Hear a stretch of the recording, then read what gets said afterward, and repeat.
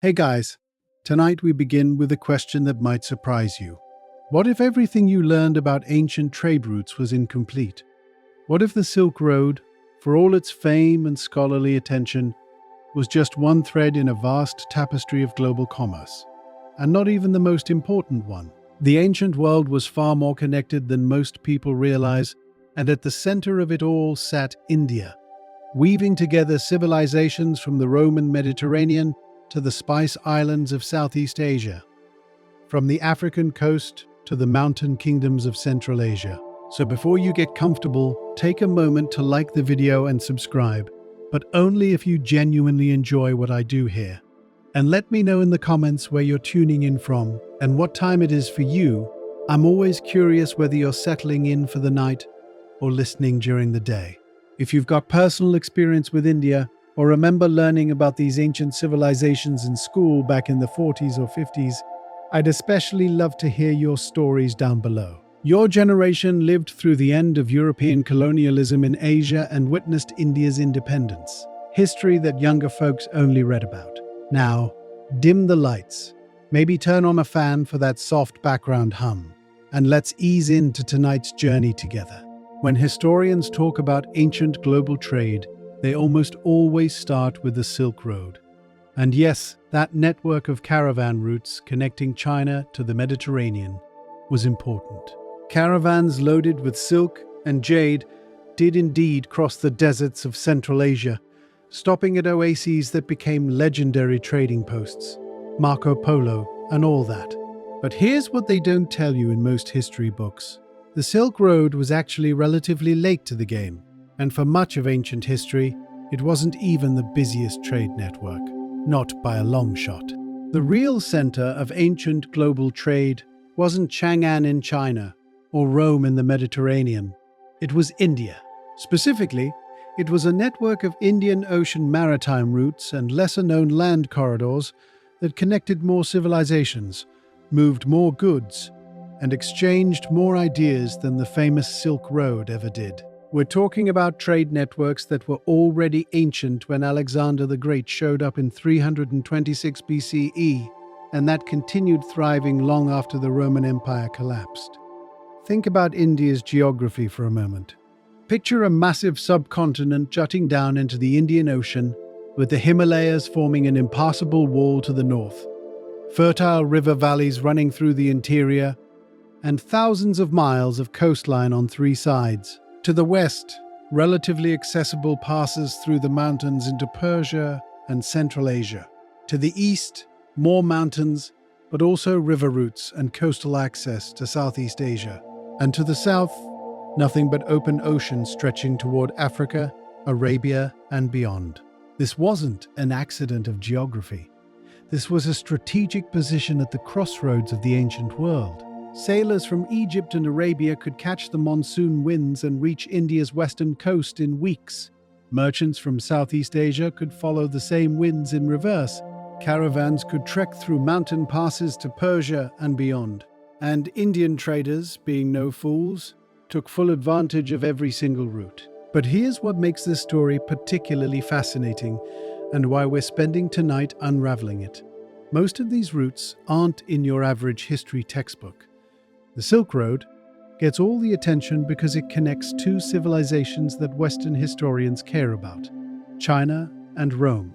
But the Indian Ocean trade network, the routes through the Khyber Pass that connected India to Central Asian kingdoms you've never heard of, the maritime routes to Southeast Asian empires that predate anything European by 1,000 years. Those get footnotes if they're mentioned at all. Spoiler alert. We're going to fix that oversight tonight. The scope of what we're discussing is genuinely staggering. We're not talking about a few merchants occasionally traveling between neighboring kingdoms. We're talking about sophisticated, organized trade networks that moved tons of goods, thousands of miles, year after year, century after century. Eppa from the Malabar coast ending up in Roman cooking. Indian cotton textiles becoming the standard currency in parts of East Africa. Buddhist monks from India establishing monasteries in Sumatra and Java, bringing not just religion but mathematics, astronomy, and architectural techniques. Roman gold coins being buried in South Indian temples as offerings, Chinese silk arriving in Indian markets, then being re-exported to Persia and beyond, with Indian middlemen taking their cut at every stage. And it wasn't just spices and silk, though there was plenty of both. The exchange of ideas was even more valuable than the exchange of goods. Indian mathematics, including the concept of zero and the decimal system, traveled to the Arab world and eventually to Europe, fundamentally changing how humanity understands numbers. Indian astronomical knowledge helped build observatories from Baghdad to Beijing. Indian shipbuilding techniques influenced naval architecture across the entire Indian Ocean rim. Sanskrit texts on medicine, philosophy, and statecraft were translated into Persian, Arabic, Greek, and Chinese. This is what makes ancient India's global connection so remarkable and so overlooked.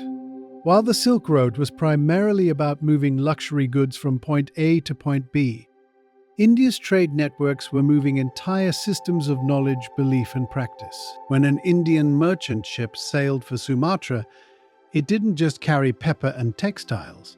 It carried engineers who understood monsoon-resistant architecture, sculptors who could teach local craftsmen new techniques, priests who brought sophisticated cosmologies and mathematical concepts embedded in religious texts, merchants who spoke multiple languages and understood multiple systems of weights, measures, and currencies. The civilizations on the receiving end weren't passive recipients either. They adapted, modified, and sent their own innovations back. It was a genuine exchange, a conversation conducted over thousands of miles of ocean and desert, spanning centuries. The Srivijaya Empire in Sumatra didn't just copy Indian Buddhism, they developed their own distinctive forms and became major centers of learning that attracted scholars from China and India alike. Arab traders didn't just buy Indian goods, they became essential middlemen who connected Indian Ocean trade to Mediterranean markets and in the process developed navigation techniques and commercial practices that would eventually enable European exploration. And yet, walk into most museums in the Western world, and the ancient Indian trade networks get maybe a display case, if that. The Silk Road gets entire exhibitions. There's something deeply ironic about this. The trade network that actually moved the most goods, connected the most civilizations, and had the most lasting cultural impact is treated as a historical footnote, while the trade route that mostly benefited Chinese silk merchants and Roman aristocrats with expensive taste, it's treated as the defining feature of ancient commerce. Those of you who remember studying history in school back in the 40s and 50s probably learned about the Silk Road, about Marco Polo, and camels crossing deserts. You might have learned about Vasco da Gama sailing around Africa to reach India in 1498, opening a new trade route to the east. But I'm willing to bet most of you didn't learn much about what came before, about the Indian traders who'd been crossing that same ocean for over 1,000 years before da Gama showed up, or about the sophisticated navigation techniques they'd developed, or about the empires and kingdoms they'd built on the profits of maritime trade. That's what we're here to correct tonight. We're going to trace these forgotten routes, explore the kingdoms and empires they connected, and understand exactly how ancient India became the beating heart of global trade centuries before anyone in Europe had figured out how to reliably cross their own Mediterranean. So settle in, get comfortable, because we're about to take a journey across oceans and deserts, from African trading posts to Southeast Asian empires, from Roman warehouses stuffed with Indian goods to Chinese monasteries built in Indian architectural styles. We're going to meet merchants who spoke 5 languages, sailors who could navigate by stars you've never heard of, and kingdoms whose names have been lost to history despite ruling territories larger than modern European countries. The Silk Road, that was just one route among many. Tonight, you're going to learn about all the others. If you want to understand how ancient India became a global trading power, you need to understand the monsoons. Not the monsoons as a weather inconvenience the way we might think of them today. Heavy rain, flooding, cancel your travel plans. No, the monsoons as the most reliable, predictable, absolutely essential natural phenomenon that made long-distance maritime trade possible centuries before anyone in Europe had figured out how to cross an ocean without getting hopelessly lost. The Indian Ocean monsoon winds blow in a predictable pattern that ancient mariners learned to read like a calendar. From roughly April to September, the winds blow from the southwest, from Africa and Arabia toward India and beyond. Then, from October to March, they reverse, blowing from the northeast, from India back toward Africa and Arabia. These aren't gentle breezes. These are strong, steady winds that can push a sailing vessel hundreds of miles in a matter of days. Picture this. You're a merchant in 1st century Alexandria, and you want to trade with India. You don't need to hug the coastline the way Greek and Roman sailors typically did, nervously staying in sight of land. You don't need to row when the wind dies, exhausting your crew. You simply wait for the right season, point your ship east, and let the monsoon winds carry you across thousands of miles of open ocean directly to the Indian coast. Then you sell your goods, buy Indian products, wait a few months for the winds to reverse, and sail home on the northeast monsoon. It's almost absurdly reliable. Now, this might not sound revolutionary to modern ears. We're used to crossing oceans. But in the ancient world, this was breakthrough knowledge that separated sophisticated maritime civilizations from everyone else. The Greeks and Romans stuck to their Mediterranean, rarely venturing into open ocean.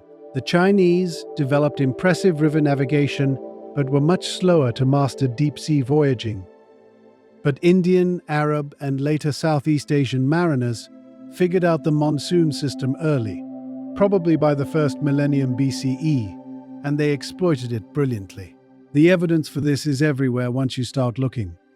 Ancient Tamil literature from South India, written nearly 2,000 years ago, contains detailed descriptions of different types of ships, sailing techniques, and trade routes.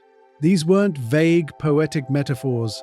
These were practical descriptions by a society that knew the sea intimately. The Periplus of the Erythraean Sea, a Greek merchant's guide written around 4070 CE, describes the Indian Ocean trade routes in remarkable detail, including the best times to sail, the goods available at different ports, and the political situation in various kingdoms. The author clearly assumes his readers understand monsoon navigation. It's mentioned casually, as common knowledge among anyone involved in maritime trade. Archaeologists have found Indian pottery in East African trading posts dating back 2,000 years, Roman coins by the thousands in South Indian temple hoards, Southeast Asian bronze Buddha statues made in Indian styles but using local artistic traditions. All of this material evidence points to the same conclusion. There was a massive, organized, highly profitable maritime trade network spanning the entire Indian Ocean, and it was running at full capacity when Julius Caesar was still conquering Gaul. The ships themselves were remarkable pieces of engineering. Indian Ocean dhows weren't the crude rafts or simple canoes you might imagine when you think of ancient vessels. These were sophisticated, ocean-going craft that could carry tons of cargo and dozens of people safely across thousands of miles of open water. They were typically built without nails. The planks were sewn together with coconut fiber rope in a technique that made the hull flexible enough to handle rough seas without splitting apart. A characteristic triangular lateen sail could catch wind from multiple directions, giving these ships better maneuverability than the square-rigged vessels common in the Mediterranean. Those of you who served in the Navy or Merchant Marine during the war will appreciate the engineering. These ancient shipwrights understood hull design, sail aerodynamics, and load distribution without benefit of written physics or engineering manuals. They learned through experience, trial and error, and probably more than a few catastrophic failures that never made it into the historical record. The navigation techniques were equally sophisticated. Ancient Indian mariners used a variety of methods to find their way across featureless ocean. Star navigation was standard. Specific stars and constellations were known to appear at specific heights above the horizon when you were at specific latitudes.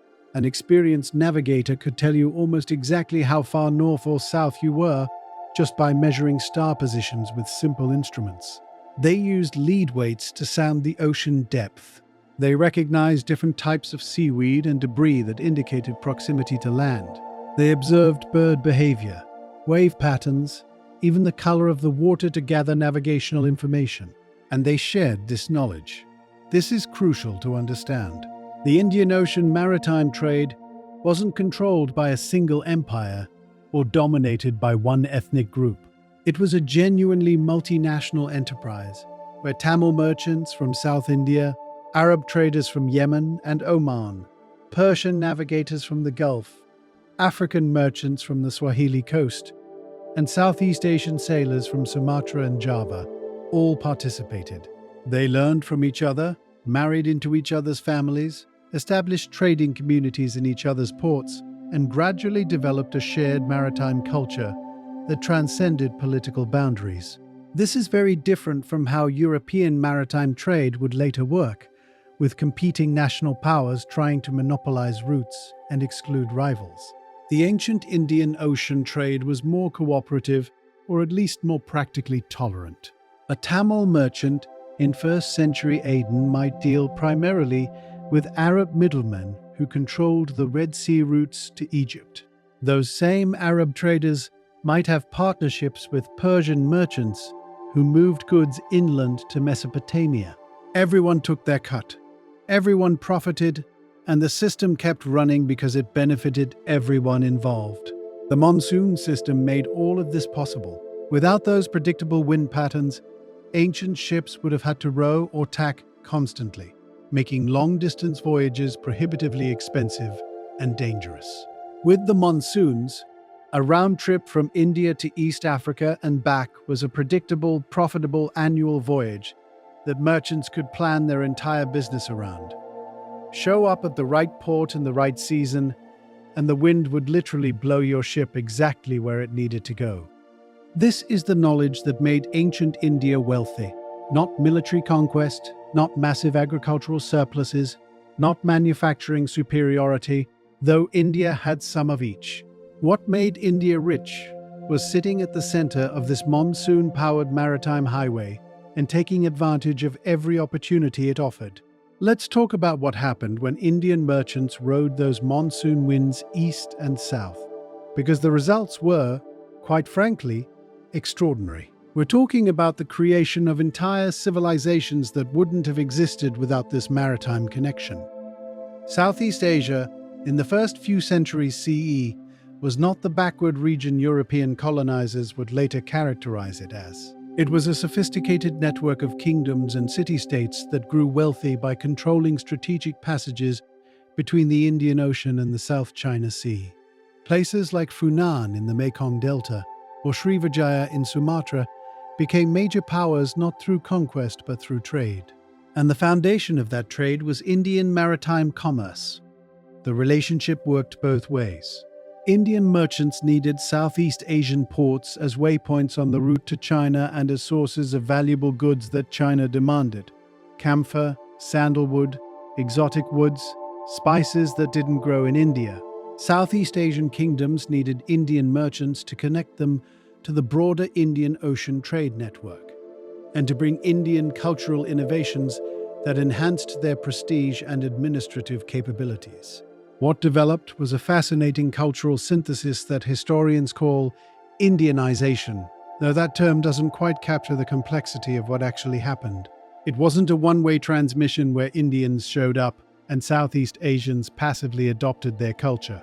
It was more like Southeast Asian rulers and elites selectively borrowed Indian cultural technologies, writing systems, religious frameworks, administrative models, architectural styles, and adapted them to local conditions and existing traditions. Sanskrit became the language of courts and religious institutions across Southeast Asia, but it was used to write about local rulers and local concerns. Hindu and Buddhist cosmologies were adopted, but they merged with indigenous spiritual beliefs to create distinctive Southeast Asian forms. Indian architectural techniques were used to build temples, But those temples incorporated local artistic sensibilities and often honored local deities alongside Indian ones. The Srivijaya Empire, centered on Sumatra, is a perfect example. It grew wealthy by controlling the Malacca Strait, the narrow passage between Sumatra and the Malay Peninsula that every ship traveling between India and China had to pass through. Srivijaya's rulers adopted Buddhism, but not just any Buddhism. They became major patrons of Buddhist scholarship, attracting monks and students from India, China, and all across Southeast Asia. The Chinese Buddhist monk Yi Jing, traveling in the late 7th century, spent months at Srivijaya studying Sanskrit before continuing to India. He described it as a major center of Buddhist learning with thousands of monks and an extensive library. Think about what this means. A Southeast Asian island kingdom became such an important intellectual center that Chinese monks traveled there to study Indian texts before continuing to India itself. That's not cultural imperialism, that's successful adaptation and innovation. Srivijaya took Indian Buddhism and made it into something valuable enough that people from more powerful civilizations came to learn from them. The archaeological evidence is remarkable.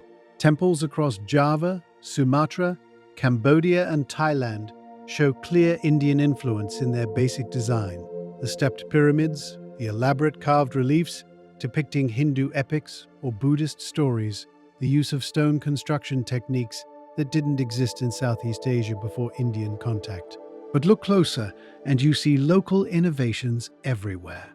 The famous temple complex at Borobudur in Java is built on an Indian Buddhist mandala plan. But its artistic style, its integration into the landscape, and its symbolic program are distinctly Javanese. It's not an Indian temple built in Java. It's a Javanese temple that uses Indian architectural knowledge. The trade itself was extensive and varied. From India east to Southeast Asia went cotton textiles. Indian textile production was unmatched in the ancient world, and Indian cloth became a standard trade good everywhere. Buddhist texts, Hindu religious items, Indian-style bronze sculptures, beads, and luxury goods moved east. From Southeast Asia back to India came aromatic woods, resins, gold, tin, precious stones, and exotic goods that Indian merchants could re-export to Western markets at substantial markups. But perhaps more importantly, skilled people moved back and forth. Indian artisans and craftsmen found work in Southeast Asian kingdoms, teaching local apprentices. Southeast Asian sailors learned Indian navigation techniques and joined Indian crews. Buddhist monks traveled both directions, establishing that network of religious and intellectual exchange that would eventually stretch from Sri Lanka to Java to China to Tibet. This wasn't a brief connection that faded away. These maritime links between India and Southeast Asia remained strong for over 1,000 years, only declining when European powers started forcibly restructuring Indian Ocean trade in the 16th and 17th centuries. That's longer than the United States has existed. That's longer than the Roman Empire lasted. This was a fundamental, enduring connection between civilizations. Now let's turn west and south toward Africa. Because, while Southeast Asia might be the more famous example of Indian maritime reach, the African connections are equally fascinating and even more overlooked. The East African coast, from modern Somalia down through Kenya and Tanzania to Mozambique, developed a distinctive trading culture called Swahili, a Bantu word meaning coast people. These were African communities that grew wealthy by trading with Indian Ocean merchants. And the single biggest trading partner for most of ancient and medieval history was India. The periplus of the Erythraean Sea, that Greek merchant's manual we mentioned earlier, describes multiple trading ports along the African coast. Places like Rapta, whose exact location historians still debate, but which was clearly a major trading center in what's now Tanzania. The goods flowing out of Africa included ivory, massive quantities of it, since Africa had elephants, and the rest of the world wanted their tusks. Gold from inland African kingdoms, rhinoceros horn, tortoise shell, palm oil, mangrove poles for construction, and slaves. Unfortunately, though the ancient Indian Ocean slave trade was different in character and scale from the later Atlantic slave trade, flowing into Africa came Indian textiles, which became so important to East African societies that Indian cloth patterns influenced local weaving traditions. Iron tools. Since Indian steel was highly prized, beads, archaeological sites along the Swahili coast are littered with Indian beads, which clearly had both practical and cultural value. And less tangibly, Indian commercial practices, architectural techniques, and probably a fair amount of intermarriage that linked coastal African families to Indian merchant networks. What's particularly interesting is that this trade relationship seems to have been reasonably balanced. African rulers weren't simply being exploited by more technologically advanced outsiders.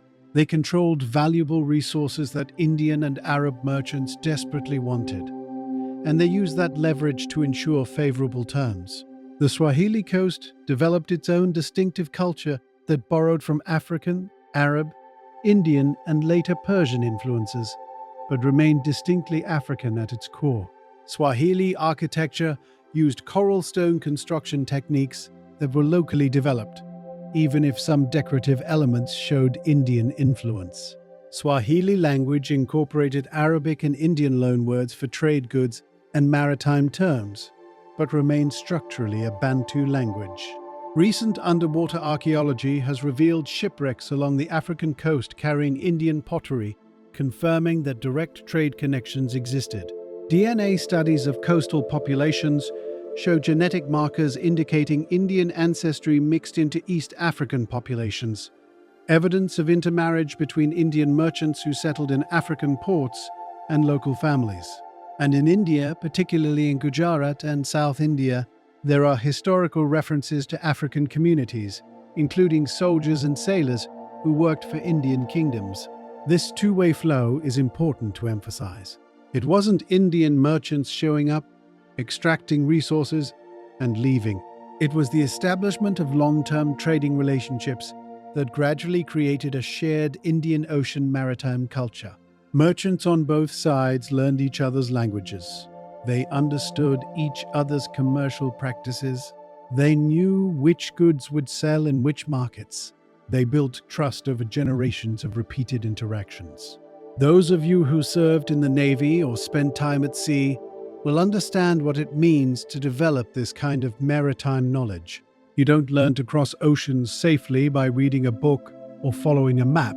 You learn by experience, by mentorship from older sailors, by paying attention to 1,000 small details about weather, currents, and ship handling.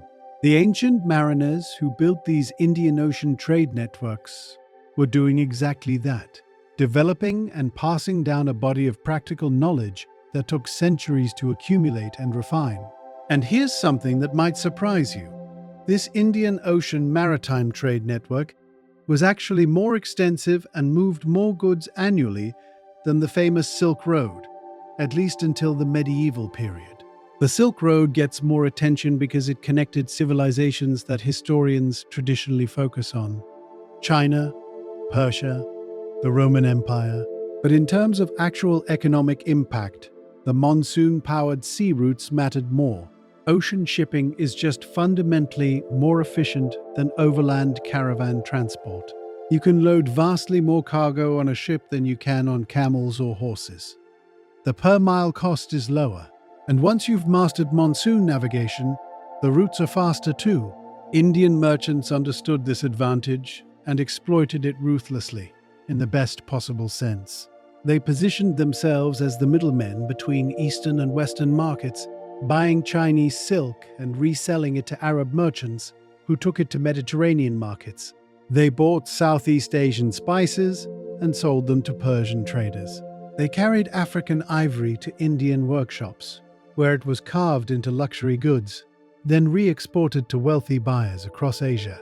At every transaction, they took their profit, and over centuries those profits built temples, funded kingdoms, and created a level of wealth that astonished foreign visitors.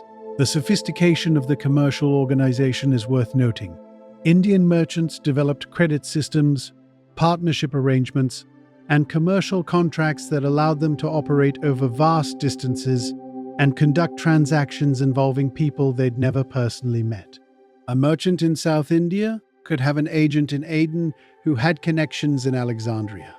Goods and money moved through this network with remarkable efficiency, considering they were doing it without telegraphs, telephones, or any faster communication than ships sailing on monsoon winds. This is the Indian Ocean maritime world that existed centuries before anyone in Europe figured out how to cross an ocean. This is the network that moved goods, people, and ideas across thousands of miles, linking civilizations on 3 continents. And it was all made possible by understanding and utilizing those predictable monsoon winds. But maritime routes weren't India's only connection to the wider world. To understand the complete picture, we need to turn inland and head north, toward the mountain passes and desert routes that connected India to Central Asia, Persia, and ultimately to the Mediterranean world through entirely different pathways. While maritime routes brought India's greatest wealth, the land routes north and west through the mountain passes carried something potentially more valuable: ideas. Buddhist missionaries, Hindu scholars, and wandering ascetics traveled these routes carrying texts, philosophies, and religious innovations that would reshape civilizations from Persia to Japan. The geography here is dramatically different from the relatively straightforward ocean sailing we just discussed. To reach Central Asia from northern India, you had to cross some of the highest, most unforgiving mountain ranges on Earth. The Hindu Kush, the Karakoram, the Pamirs. These aren't gentle hills. These are mountains that kill unprepared travelers. Passes routinely reach 15,000 feet or higher. Snow closes most routes for half the year. Avalanches, rock slides, altitude sickness, and simple exposure claimed countless lives over the centuries. And yet people crossed them, because on the other side lay the cities and kingdoms of Central Asia, themselves sitting at the crossroads of trade routes connecting China, India, Persia, and the steppes. And beyond Central Asia lay Persia, with its sophisticated Sasanian Empire. And beyond Persia lay the Mediterranean world, first Greek, then Roman, then Byzantine. The most famous of these routes went through the Khyber Pass, connecting the Indus Valley to Afghanistan and Central Asia. If you studied history in school, you probably learned about Alexander the Great using this route when he invaded India in 326 BCE. But the Khyber Pass was already ancient when Alexander showed up. Traders had been using it for centuries, probably millennia. It's one of the most strategically important mountain passes in world history, and every empire that controlled it grew wealthy from the trade passing through. Another major route went further north, through Kashmir and Ladakh, into Tibet, and then into the Tarim Basin of western China.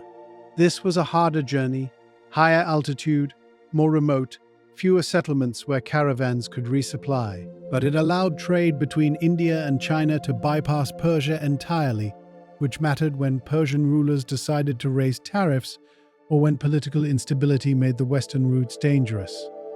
The trade goods moving through these mountain passes were different from the maritime commerce we've been discussing. You couldn't load camels and horses with bulk cargo the way you could fill a ship's hold. Every pound had to be worth carrying across those murderous mountains. So, what moved north were luxury goods, high-value items where the profit margin justified the transportation cost and risk. Indian exports included fine cotton and silk textiles. India was importing raw silk from China and weaving it into finished cloth that commanded premium prices. Precious stones, particularly diamonds from Indian mines, that were essentially the only significant source in the ancient world. Spices that grew only in India or that Indian merchants had imported from further east. Buddhist religious texts and ritual objects. Indian steel, which was renowned for its quality, and ideas, carried in the minds of travelers, written in manuscripts, embedded in artistic styles and architectural plans. Coming back from Central Asia and beyond came different goods. Chinese silk before Indian weavers started working with it, jade and other precious stones from Central Asian deposits, fine horses from the steppes. Indian kingdoms would pay absurd prices for good cavalry mounts, and Central Asian horse breeders knew it. Glassware and metalwork from Persia and the Mediterranean. And again, ideas flowing back, Greek philosophical texts, Persian astronomical observations, stories and legends that would be retold in Indian forms. But the most significant thing moving through these mountain passes wasn't goods, it was Buddhism. Starting around the 3rd century BCE and accelerating dramatically in the following centuries, Buddhist monks and missionaries began traveling from India northward into Central Asia, establishing monasteries, translating texts, and converting local populations. From Central Asia, Buddhism spread further, reaching China by the 1st century CE, and eventually making its way to Korea, Japan, Vietnam, and Tibet. This is one of the most significant cultural transmissions in human history, and it happened primarily along these difficult, dangerous mountain routes. The monks traveling these routes weren't casual tourists. They were serious scholars, often undertaking years-long journeys to study at important monasteries, collect rare texts, or establish new Buddhist communities. Many died along the way, from exposure, altitude sickness, bandits, simple accidents on treacherous trails. Those who survived often wrote accounts of their journeys that give us detailed information about the kingdoms they passed through, the conditions of the routes, and the state of Buddhism in various regions. One of the most famous is Xuanzang, a Chinese monk who traveled to India in the 7th century CE, spent years studying at major Indian Buddhist universities, collected hundreds of texts, and returned to China, where he spent the rest of his life translating Sanskrit Buddhist literature into Chinese. His journey took 17 years. The route through the mountains nearly killed him several times, but the knowledge he brought back fundamentally shaped Chinese Buddhism. Going the other direction, Hindu merchants and Brahmin priests also traveled these routes, though we hear about them less because they didn't leave as many written records. But archaeological evidence shows Hindu temples in Central Asia, Sanskrit inscriptions in unexpected places, and clear Hindu influence in the art and culture of various Central Asian kingdoms. The religious and cultural influence flowed both ways, with ideas from Persia and the Hellenistic world also making their way into India through these same mountain passes. The cities and kingdoms along these routes deserve more attention than they typically get. Places like Taxila, in what's now Pakistan, which was a major center of learning where Greek, Persian, and Indian influences mixed. Students came from across Asia to study at Taxila's famous university. The city itself was a remarkable place. Excavations show Greek-style city planning mixed with Indian architecture, coins bearing Greek legends and Indian symbols, art that blended Hellenistic realism with Indian religious subjects. Or Gandhara, a region that roughly corresponds to modern northern Pakistan and eastern Afghanistan, where Greek artistic traditions left behind by Alexander's invasion merged with Indian Buddhist themes to create a distinctive art style. Gandhara Buddha statues show clear Greek influence, realistic human proportions, flowing robes rendered in a Hellenistic style, facial features that look more Mediterranean than Indian. But the iconography, the subject matter, the religious purpose, all purely Buddhist and Indian. These weren't crude outposts or simple trading posts. These were sophisticated cities with universities, libraries, workshops producing high-quality art and goods, and populations that included people from dozens of different ethnic and cultural backgrounds.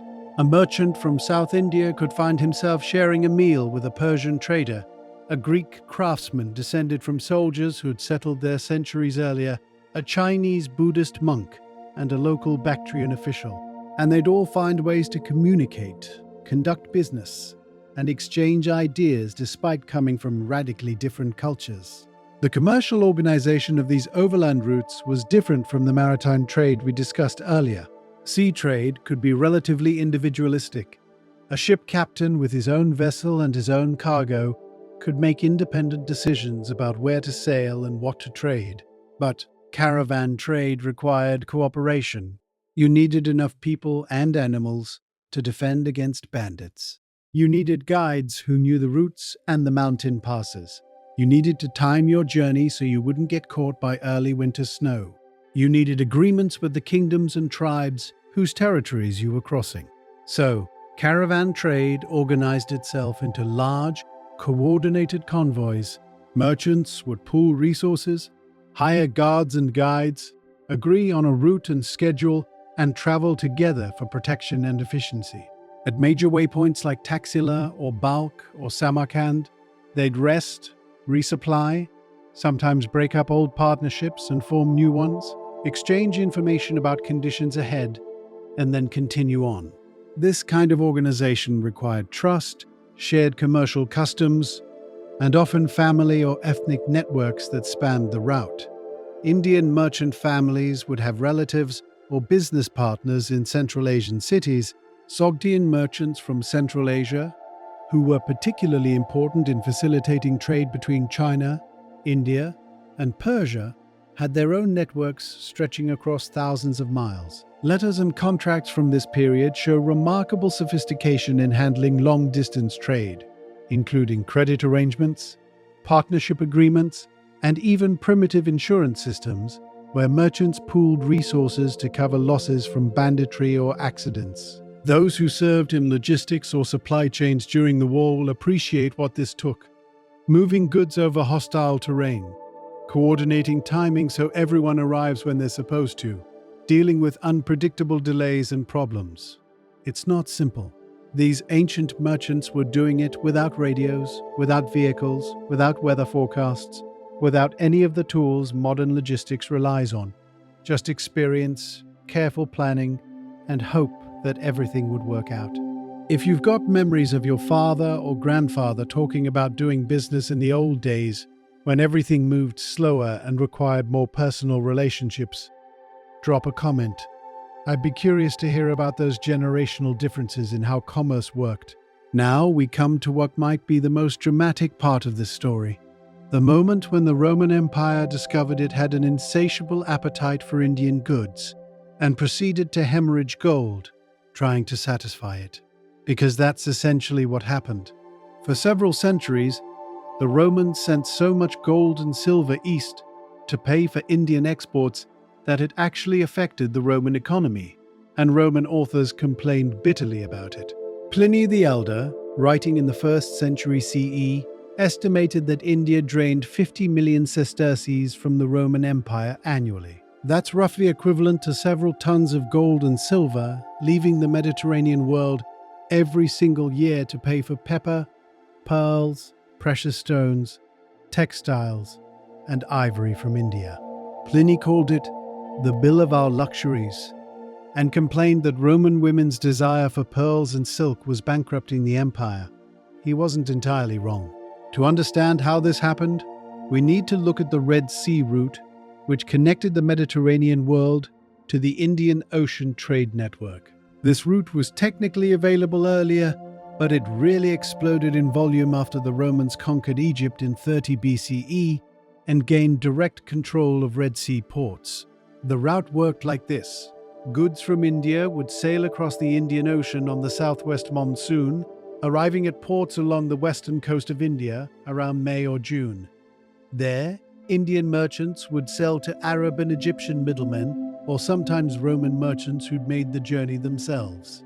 These goods would then be transferred to smaller vessels capable of navigating the Red Sea. The Red Sea is not an easy body of water. It's narrow, full of coral reefs, subject to sudden storms, and has limited good anchorages. But it was navigable if you knew what you were doing.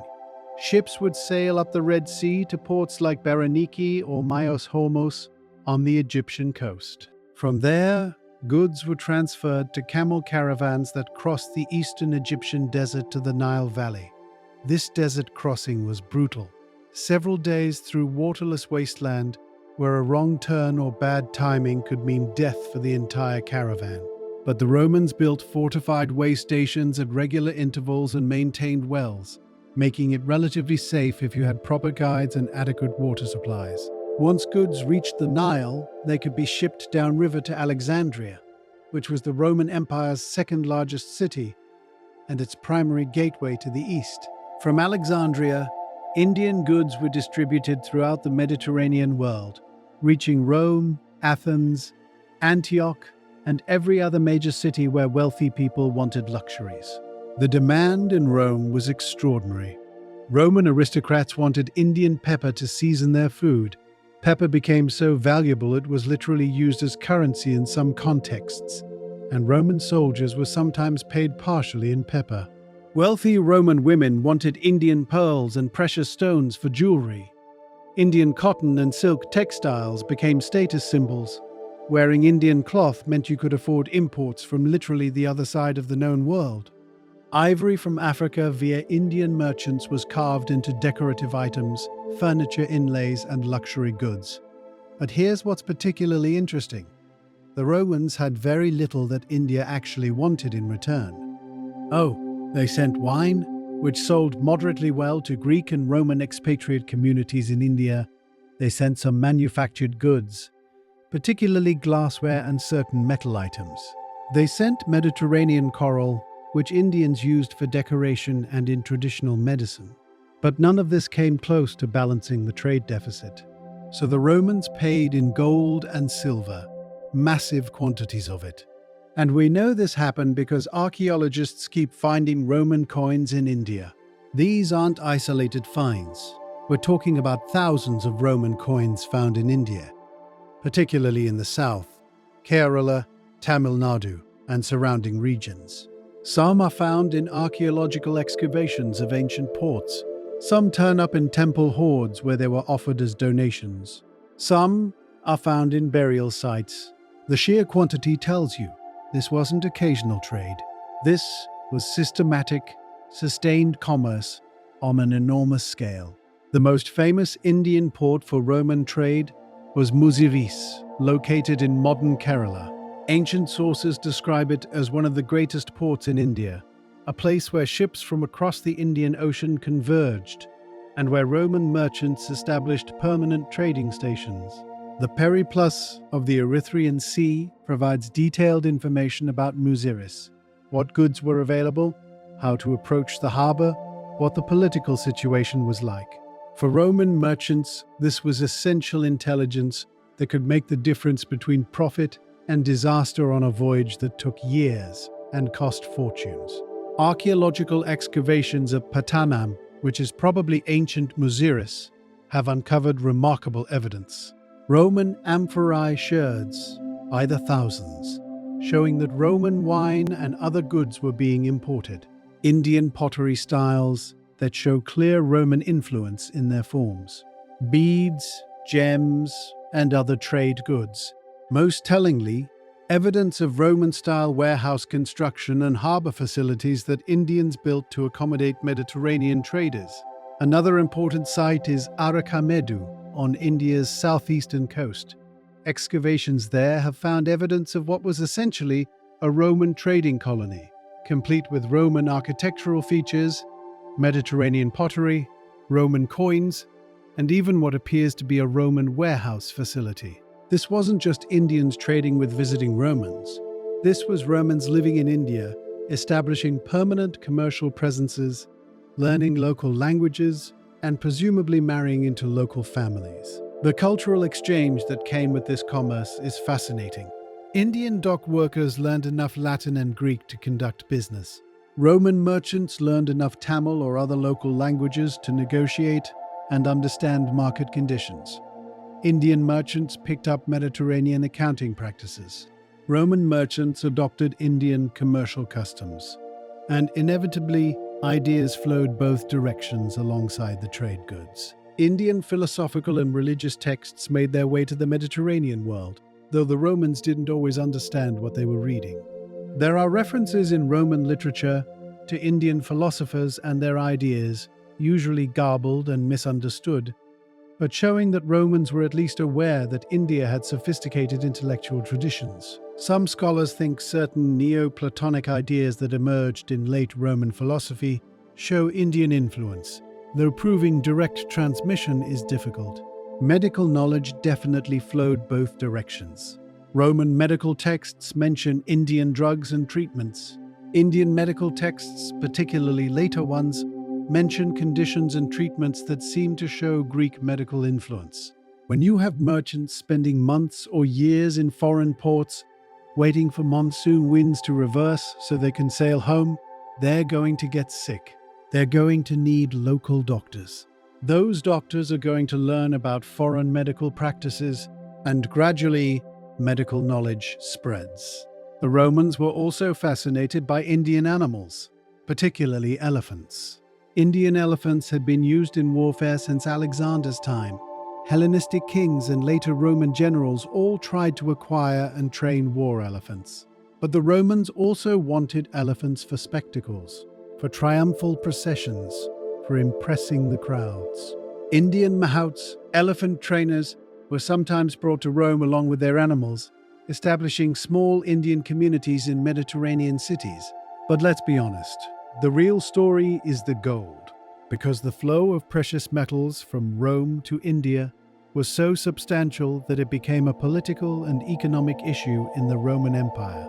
Conservative Roman moralists railed against the luxury trade, complaining that it drained wealth from the empire while contributing nothing useful in return.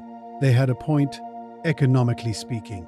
Pepper and pearls don't build roads or equip legions.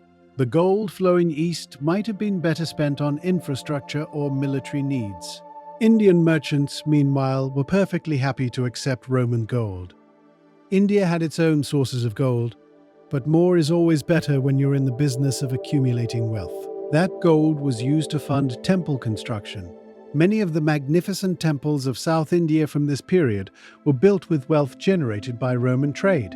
It funded the kingdoms and dynasties that controlled the ports. It established wealthy merchant families who used their fortunes to patronize arts, literature, and scholarship. The economic impact on India was substantial and mostly positive. The port cities of the southwest coast became remarkably prosperous. The kingdoms that controlled these ports grew powerful. Indian manufacturing expanded to meet Roman demand. Textile production, gem cutting, ivory carving, pepper cultivation all increased to supply the Mediterranean market. This is economic development driven by export trade, and it worked well for the Indian side of the equation. For Rome, the economic impact was more ambiguous. Yes, wealthy Romans got their luxuries. Yes, the Red Sea route and Egyptian desert crossing employed thousands of people. But that drain of precious metals eastward was a genuine problem. Rome mined gold and silver in Spain, Dacia, and other provinces. Much of that precious metal then left the empire permanently, flowing to India where it stayed. Modern economists might call this an unsustainable trade imbalance. The trade declined eventually, of course. When the Roman Empire entered its period of crisis in the 3rd century CE, Roman demand for luxury imports decreased. When Roman currency debased and inflation hit, the value of Roman coins in Indian markets fell.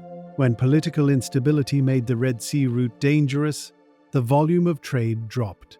And when the Western Roman Empire finally collapsed in the 5th century, direct Roman-Indian trade essentially ended. But the connections didn't disappear entirely. Byzantine merchants from the Eastern Roman Empire continued trading with India, though on a smaller scale. Arab merchants increasingly took over the middleman role, buying Indian goods and selling them to Mediterranean markets. The trade routes remained viable. They just changed hands. Indian ports continued thriving by shifting their commercial focus from Roman to Arab, Persian, and Southeast Asian markets. Those who remember studying ancient history in school probably learned about Rome's glory, its military conquests, its architectural achievements. You might have learned less about its economic vulnerabilities, about how its wealthy classes' demand for luxury imports created trade patterns that drained the empire of precious metals. There's a lesson there about consumption, production, and sustainable trade balances, a lesson that's still relevant today when we think about modern trade deficits and the flow of wealth between nations. The archaeological evidence of Roman-Indian trade is still being discovered. New excavations continue finding Roman artifacts in Indian contexts, Indian goods in Roman sites, and increasingly sophisticated evidence of the commercial networks that connected them. Underwater archaeology along India's coasts has located shipwrecks carrying mixed cargoes of Indian and Mediterranean goods. Chemical analysis of Roman glassware found in India shows it was manufactured in the Mediterranean, proving these weren't locally made copies, but actual imports. Textile fragments preserved in Egyptian desert conditions show Indian cotton fabrics that made their way west through the Red Sea route. Each discovery adds detail to our understanding of how extensive and sophisticated this trade network was. This wasn't primitive barter between barely connected civilizations. This was organized international commerce with credit systems, permanent trading stations, specialized merchants, and commercial practices sophisticated enough to handle transactions across thousands of miles and multiple kingdoms with different currencies, languages, and legal systems. The human side of it is worth contemplating. Imagine being a Roman merchant who decides to make this journey. You leave your family in Alexandria or Rome, knowing you won't see them for at least 2 years, probably 3. You cross the desert to the Red Sea. You board a ship and sail south through waters you've never seen before. You cross the Indian Ocean, praying the monsoon navigation techniques you've learned about are accurate. You arrive in an Indian port where people speak languages you don't understand, worship gods you've never heard of, and eat food that makes your Roman stomach rebel.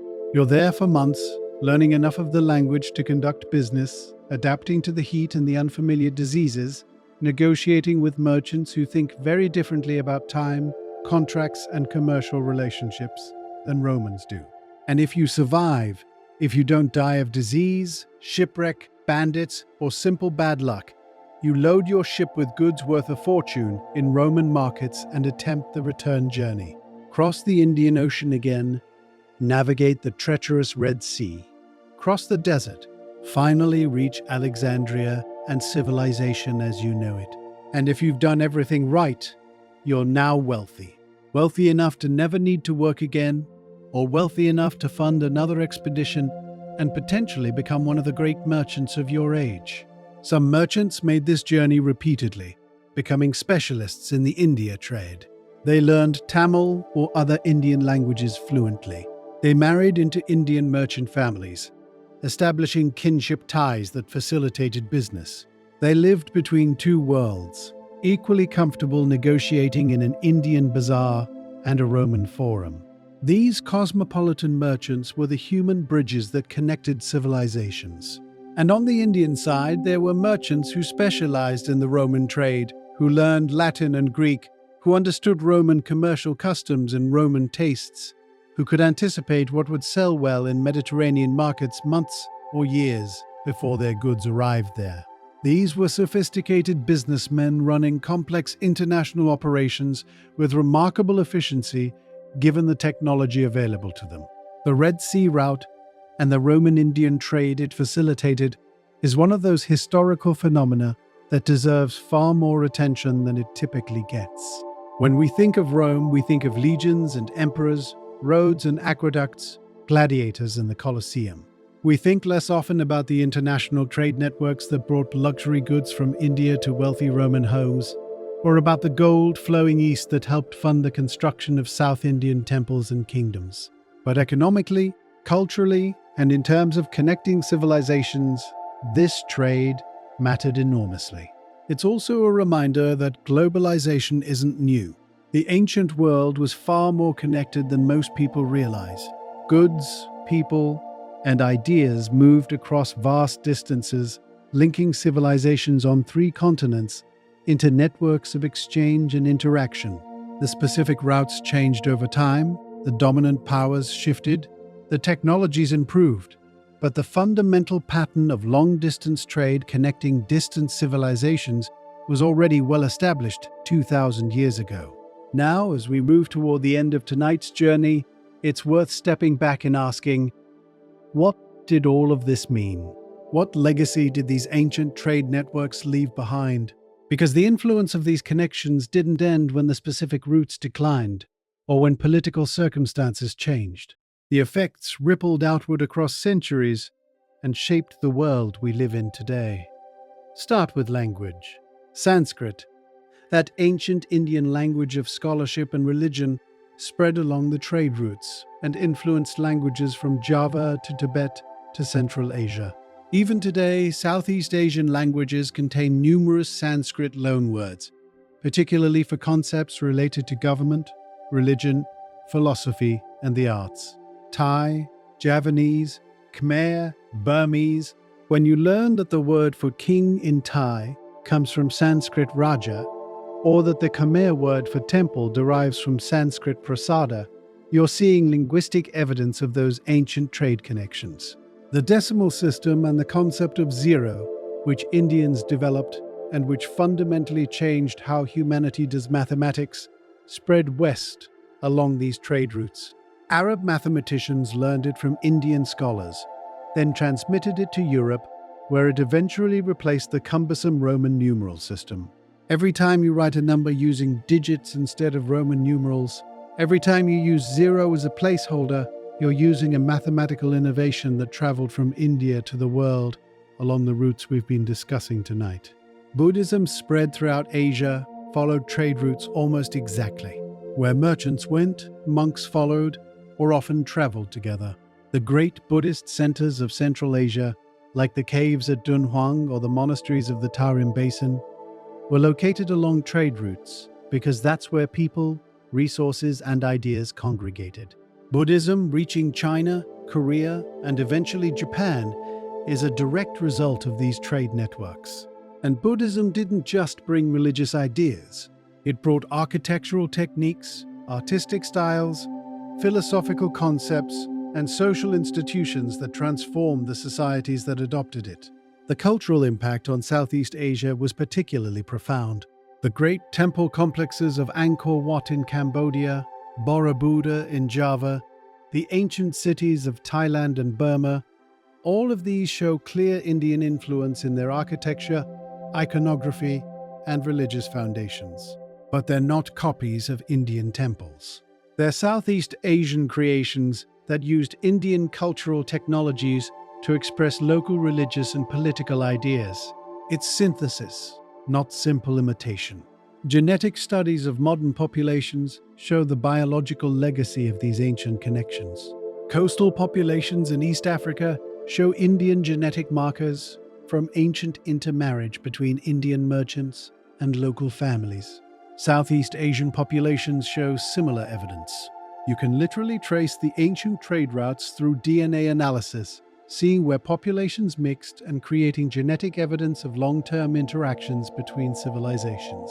The material culture that spread along these routes is still visible in museums and archaeological sites worldwide. Roman glassware found in India, Indian textiles preserved in Egyptian tombs, Chinese silk recovered from Southeast Asian shipwrecks. Each artifact is physical proof of connections across vast distances. Proof that these ancient people were far more cosmopolitan and internationally connected than stereotypes about the ancient world would suggest. The commercial practices developed in the Indian Ocean trade influenced later trading systems. The concept of credit extending across multiple jurisdictions, the idea of commercial partnerships that could span thousands of miles, the development of specialized merchant classes who served as cultural intermediaries.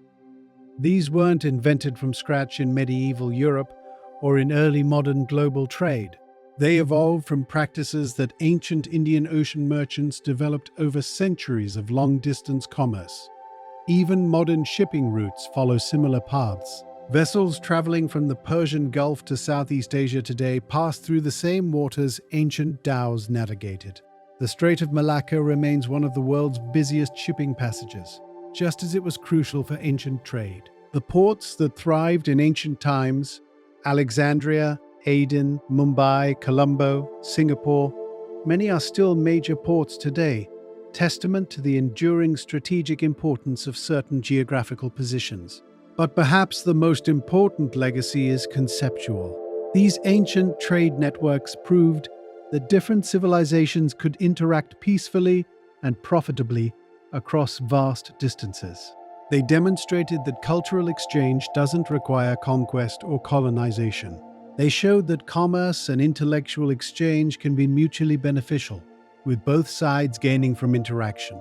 This is worth remembering in our own time, when global trade and cross-cultural interaction remain contentious political issues. The ancient Indian Ocean trade wasn't perfect. There was exploitation, there were inequalities, there was slavery. We shouldn't romanticize it. But compared to later European colonial systems that deliberately extracted wealth from colonies to enrich metropolitan centers, the ancient Indian Ocean network was remarkably balanced. Multiple civilizations participated as relative equals. Wealth flowed in multiple directions. No single power controlled the entire system or could dictate terms to everyone else. It was, in many ways, a more equitable model of globalization than what followed in the age of European imperialism. Those of you who remember the end of colonialism after World War II, who witnessed Indian independence in 1947 and the gradual decolonization of Africa and Asia, you saw the world return in some ways to a more balanced model of interaction between civilizations. The ancient Indian Ocean trade offers historical evidence that such balanced interaction is possible and can be sustained for long periods.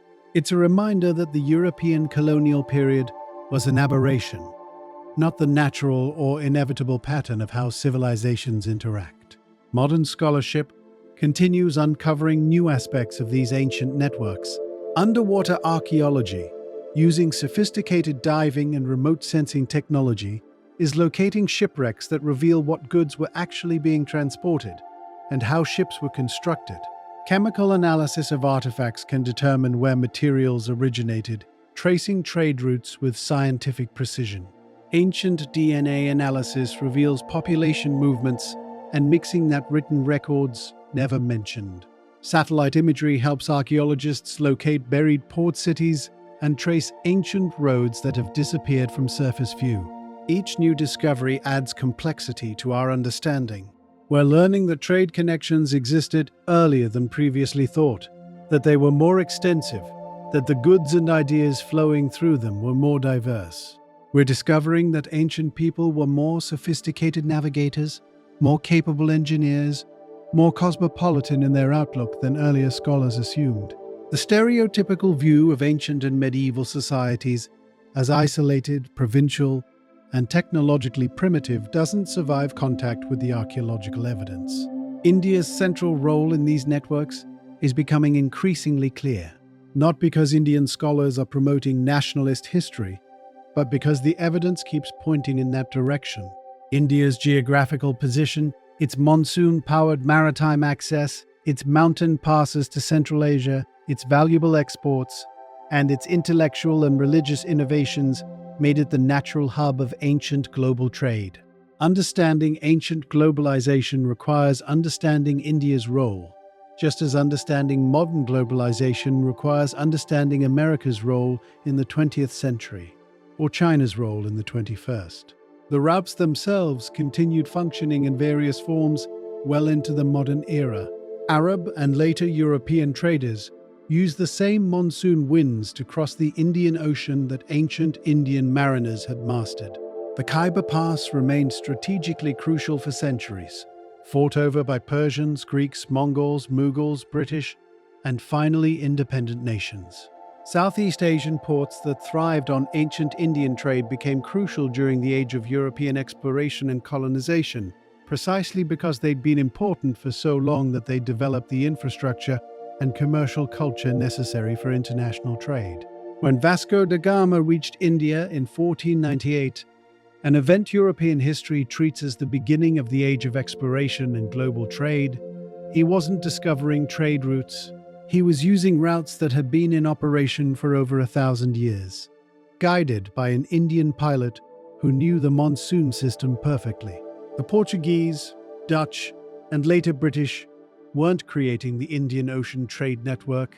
They were attempting to control and monopolize a network that had existed and thrived for centuries without European participation. This historical context matters for understanding not just the past, but the present.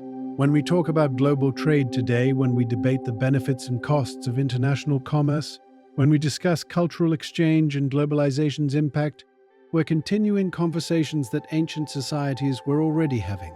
The same tensions existed: worries about trade imbalances, concerns about cultural influence and loss of traditional practices, questions about who benefits and who loses when civilizations interact economically. The ancient world's answers to these questions weren't perfect, but they navigated these challenges for centuries, generally without the destructive conflicts that characterized later periods. There's wisdom in that historical experience, lessons we can still learn from studying how ancient merchants, sailors, and kingdoms managed to cooperate and trade across vast cultural and geographical divides. If tonight's journey has stirred thoughts about how connected the ancient world really was, or if you've got your own perspective on how trade and cultural exchange should work, I'd be interested to hear it in the comments. Your generation witnessed tremendous changes in global connections, from a time when international communication took weeks to instant worldwide connection. How does that historical experience shape how you think about these ancient networks? The comments section is yours if you want to share. The remarkable thing about many of these ancient connections is that they never really disappeared. They just transformed. Walk through the streets of Zanzibar today, and you'll see architectural styles that blend African, Arab, Indian, and Persian influences, a physical manifestation of centuries of Indian Ocean trade. Visit the old quarters of Cochin in Kerala, and you'll find a Jewish community that traces its origins back nearly 2,000 years to merchants who came via those ancient maritime routes and never left. In Malaysia and Indonesia, you'll encounter populations that proudly identify as of mixed Indian and local ancestry, descendants of merchants who married into local families during centuries of trade. The cuisine of these regions tells stories of ancient exchange that your taste buds can verify. Pepper, that humble spice that grows wild in South India's Western Ghats, is now essential to cuisines worldwide. Roman soldiers were partially paid in it. Medieval Europeans launched crusades partly to control access to spice routes. And it all originated in India, spread through these ancient trade networks we've been discussing, and became so thoroughly integrated into global food culture that most people don't think about where it came from. Curry, that catch-all term for Indian-style dishes, shows up in cuisines across Southeast Asia, East Africa, and eventually the entire world. But look closely at how different cultures adapted it, and you're seeing the process of cultural exchange in action. Thai curry isn't Indian curry, Japanese curry isn't Thai curry. East African curry dishes have their own distinctive characteristics. Each culture took Indian culinary ideas and adapted them to local ingredients and tastes, creating something new that still shows its Indian origins. Language provides another avenue for tracking these ancient connections. The word sugar in English comes from Sanskrit shakara via Arabic sukar. Candy comes from Sanskrit kanda. Ginger traces back to Sanskrit Sringavera through a long chain of linguistic transmission. Every time you use these common English words, you're speaking evidence of ancient trade connections between India and the West. Someone transported these spices, someone explained their names, and gradually those words entered language after language as the spices themselves became familiar commodities. Maritime terminology across the Indian Ocean shows similar patterns of shared vocabulary and borrowed concepts. Navigation terms, ship types, sailing techniques all show evidence of cultural exchange and mutual learning across the maritime network. Arab, Indian, Persian, and Swahili sailors all contributed to a shared body of nautical knowledge that allowed the system to function, and that sharing is preserved in language. The religious landscape of Asia is perhaps the clearest legacy of these ancient connections. Buddhism spread from India throughout Asia, created a shared cultural framework that still connects dozens of countries today. From Sri Lanka to Japan, from Thailand to Mongolia, Buddhist traditions differ in their specific practices, but share fundamental concepts that all originated in India and spread along trade routes. The physical structures, temples, monasteries, stupas, often show clear architectural lineages connecting them back to Indian prototypes. Hindu influences in Southeast Asia, while less widespread than Buddhism today, left equally clear marks. The great Hindu epics, the Ramayana and Mahabharata, are known and performed throughout Southeast Asia, with Thai, Javanese, Cambodian, and other versions that adapt Indian stories to local cultural contexts. The stories changed in the telling, characters gained new aspects, plot points shifted to reflect local values, but the Indian origins remain clear. Theatre traditions, dance forms, and artistic styles across the region show this Hindu cultural transmission. The modern political boundaries of the Indian Ocean world don't reflect these ancient cultural connections very well. National borders are relatively recent impositions that often cut across older cultural and commercial networks. The Swahili coast is divided among multiple East African nations, but historically it functioned as a unified cultural zone with strong connections to the Arabian Peninsula and India. Southeast Asia is fragmented into numerous nation-states, but the ancient maritime networks linked these areas into functioning commercial and cultural units that transcended political boundaries. Understanding this history changes how we think about these regions today. When we see cultural similarities between India and Southeast Asia, we shouldn't assume one simply copied the other. We should recognize centuries of exchange, adaptation, and synthesis that created genuinely new cultural forms. When we observe Indian populations in East Africa or Arab populations in India, we shouldn't think of them as recent immigrants, but as communities whose presence may date back many centuries to the ancient trade networks. Modern genetic research has added a fascinating layer to this story. DNA analysis of populations around the Indian Ocean rim shows clear evidence of ancient population mixing. Coastal East African populations show genetic markers indicating Indian ancestry mixed in centuries ago. Populations in India show African and Arab genetic contributions. Southeast Asians show varying degrees of Indian genetic influence, depending on their specific location and history. These aren't recent developments from the colonial period or modern migration. The genetic signatures match what we'd expect from centuries of maritime trade, bringing people together, intermarriage between merchant families, and gradual population mixing. This genetic evidence doesn't diminish anyone's identity or suggest these populations aren't authentically African, Asian, or Indian. Rather, it demonstrates that these regions have always been cosmopolitan, that their populations have always been mixing and interacting, that the pure ethnic categories we sometimes imagine are historical fictions. The ancient Indian Ocean world was genuinely multicultural, and that multiculturalism is written into the DNA of modern populations. Those of you who served overseas during the war or traveled extensively during your working years probably noticed these cultural connections firsthand. Maybe you were stationed in Southeast Asia and noticed Indian cultural influences. Maybe you worked in East Africa and saw the Arab and Indian populations there.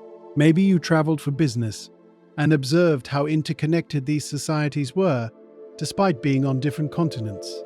If you've got memories of encountering these cultural crossroads, the comments would be a good place to share them.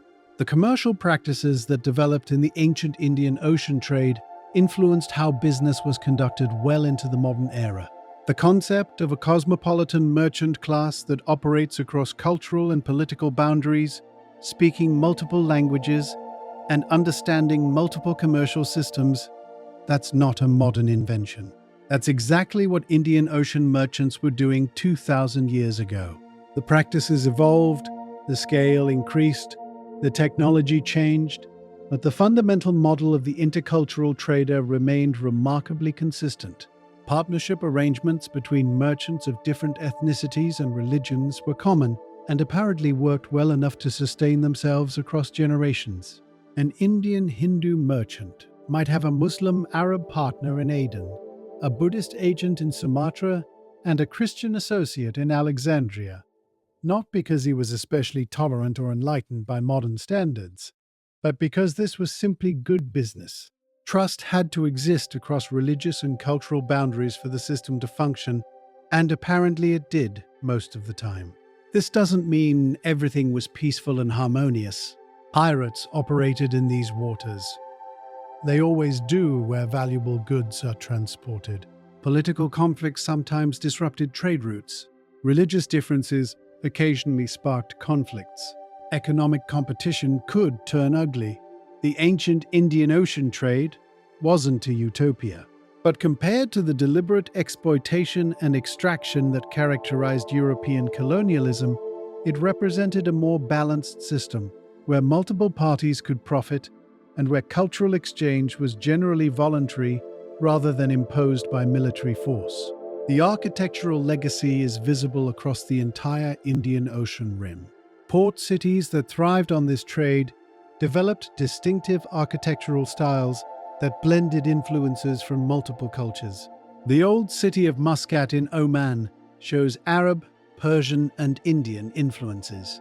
Historic Georgetown in Penang, Malaysia, shows Chinese, Indian, Malay, and European influences layered over centuries. The stone town of Zanzibar is a World Heritage Site specifically because its architecture documents centuries of multicultural interaction in the Indian Ocean trade. These aren't museum pieces or archaeological sites. These are living cities where people still live and work in buildings that date back centuries, where the street patterns laid out to facilitate ancient trade still organize modern urban life, where the commercial quarters that once housed merchants from across the Indian Ocean now house their modern equivalents. The continuity is remarkable. Religious architecture shows similar patterns. Mosques in India often incorporate Indian architectural elements while remaining recognizably Islamic. Hindu temples in Southeast Asia use local materials and artistic styles while following Indian architectural principles. Buddhist temples from Sri Lanka to Japan show clear lineages of architectural ideas spreading and adapting along trade routes. Chinese pagodas and Indian stupas are clearly related structures. Despite looking quite different, you can trace the architectural evolution as Buddhism spread from India to China via Central Asian trade routes. The economic geography of the region still reflects ancient patterns to a surprising degree. Mumbai, Kolkata, Chennai, major Indian port cities today occupy locations that were important in ancient trade. Singapore's modern role as a major port and commercial hub echoes the ancient importance of the Malacca Strait. Dubai and Abu Dhabi's emergence as commercial centers represents a return to the historical role of the Persian Gulf in connecting Indian Ocean trade to Mediterranean and European markets. When modern economists analyze global trade patterns and supply chains, they're often describing networks that have ancient precedents. The movement of manufactured goods from Asian production centers to Western consumer markets, the flow of raw materials from resource-rich regions to manufacturing centers, the role of strategic maritime passages in controlling trade. The volume is vastly larger, the speed is incomparably faster, but the fundamental patterns show remarkable continuity. This historical perspective offers useful context for contemporary discussions about globalization. Critics who characterize international trade and cultural exchange as recent impositions on previously isolated societies are simply wrong about history. These societies were never isolated. They were always interacting, always trading, always exchanging ideas and goods and people. What changed in the modern period wasn't whether globalization would happen, but who would control it and whether it would be imposed by military force or developed through voluntary commercial relationships. The ancient Indian Ocean trade offers a model, imperfect but valuable, of how global commerce can function without requiring military conquest or colonial extraction. It shows that civilizations can interact economically while maintaining their distinct cultural identities. It demonstrates that commercial relationships can be mutually beneficial rather than exploitative. at least when no single power has the military capacity to dominate the entire system. For your generation, which witnessed both the end of European colonialism and the beginning of modern globalization, this history has particular resonance. You saw the world transition from a system where Western powers could dictate terms to Asian and African societies to a more balanced international system where formerly colonized nations became significant economic and political powers. That transition represents, in some ways, a return to historical patterns that existed before European colonial expansion disrupted them. India's emergence as a major economy in the late 20th and early 21st centuries isn't unprecedented. India was a wealthy, economically significant civilization for most of recorded history. Its relative poverty in the 19th and 20th centuries was the aberration, caused largely by colonial extraction and the disruption of traditional economic structures. India's current growth represents a recovery of its historical economic importance rather than the sudden emergence of a previously insignificant nation. The same applies to China, Southeast Asian nations, and to some extent the Arab world. These weren't historically backward regions that suddenly developed. They were sophisticated civilizations with long histories of commercial and cultural achievement that were temporarily subordinated by European military technology, then gradually recovered their economic and political agency. Understanding this history changes how we interpret the present. Rising Asian economies aren't overtaking the West so much as resuming their historical positions in the global economy. The trade networks connecting Asia, Africa, and Europe aren't new creations, but are following routes and patterns that have existed for millennia. The cultural exchanges and mixing of populations that sometimes concern cultural conservatives today are actually entirely normal historical processes that have been happening for thousands of years. The future likely holds continued research, revealing more about these ancient connections. As archaeological techniques improve, as more sites are excavated, as DNA analysis becomes more sophisticated, as historians from these regions contribute their perspectives to a field long dominated by Western scholars, our understanding will continue evolving. The story we've told tonight will be refined, corrected in places, expanded in others. What seems unlikely to change is the basic picture. Ancient India sat at the center of a vast, sophisticated network of trade routes that connected civilizations on 3 continents. These networks moved goods, people, and ideas across thousands of miles for over 1,000 years. They created lasting cultural connections that shaped religions, languages, artistic traditions, and social structures across multiple civilizations. And they did all of this without requiring the military conquest or economic exploitation that characterized later European colonialism. That's a story worth knowing. It's a story that challenges simplistic narratives about Western superiority or Eastern backwardness. It's a story that shows human beings have always been curious, adventurous, and willing to travel vast distances to trade and learn. It's a story that demonstrates different civilizations can interact peacefully and profitably for extended periods. And it's a story that's been sitting right there in the historical record, waiting for people to pay attention to it, instead of focusing exclusively on the Silk Road or other more conventionally famous trade routes. What distinguished India specifically in these ancient trade networks? Why did India become the hub rather than, say, Persia or China or Arabia? The answer involves geography, resources, and culture working together in ways that created unique advantages. Geographically, India's position is nearly perfect for maritime trade. Monsoon winds blow you toward India from the west for half the year, then reverse and blow you back west for the other half. They blow you toward India from the east, then reverse. India isn't just accessible, it's efficiently accessible by wind-powered sailing, which was the only option for long-distance maritime trade in the ancient world. No other major landmass sits at such a perfect convergence of reliable wind patterns. The Indian coastline offers numerous natural harbors and river mouths where ports could develop. The major rivers, Ganges, Indus, Krishna, Godavari, provided access to the interior, connecting coastal trade to agricultural production and manufacturing regions deeper in the subcontinent. This meant India could both produce goods for export and efficiently move imported goods to interior markets. India's resource base was extraordinary. Cotton grew naturally, and Indians developed sophisticated textile manufacturing that no other ancient civilization could match. Spices like pepper, cardamom, and others grew in India's tropical climate. Indian diamonds came from mines that were virtually the only significant ancient source. Indian teak forests provided shipbuilding timber that was superior to most alternatives. Indian craftsmen produced high-quality metalwork, including steel that was renowned across Asia and the Middle East. But beyond geography and resources, India had cultural and institutional advantages. Indian mathematics and astronomy were more advanced than most competing civilizations for much of this period. This gave Indian navigators better tools for ocean crossing and Indian merchants better accounting systems for complex long-distance trade.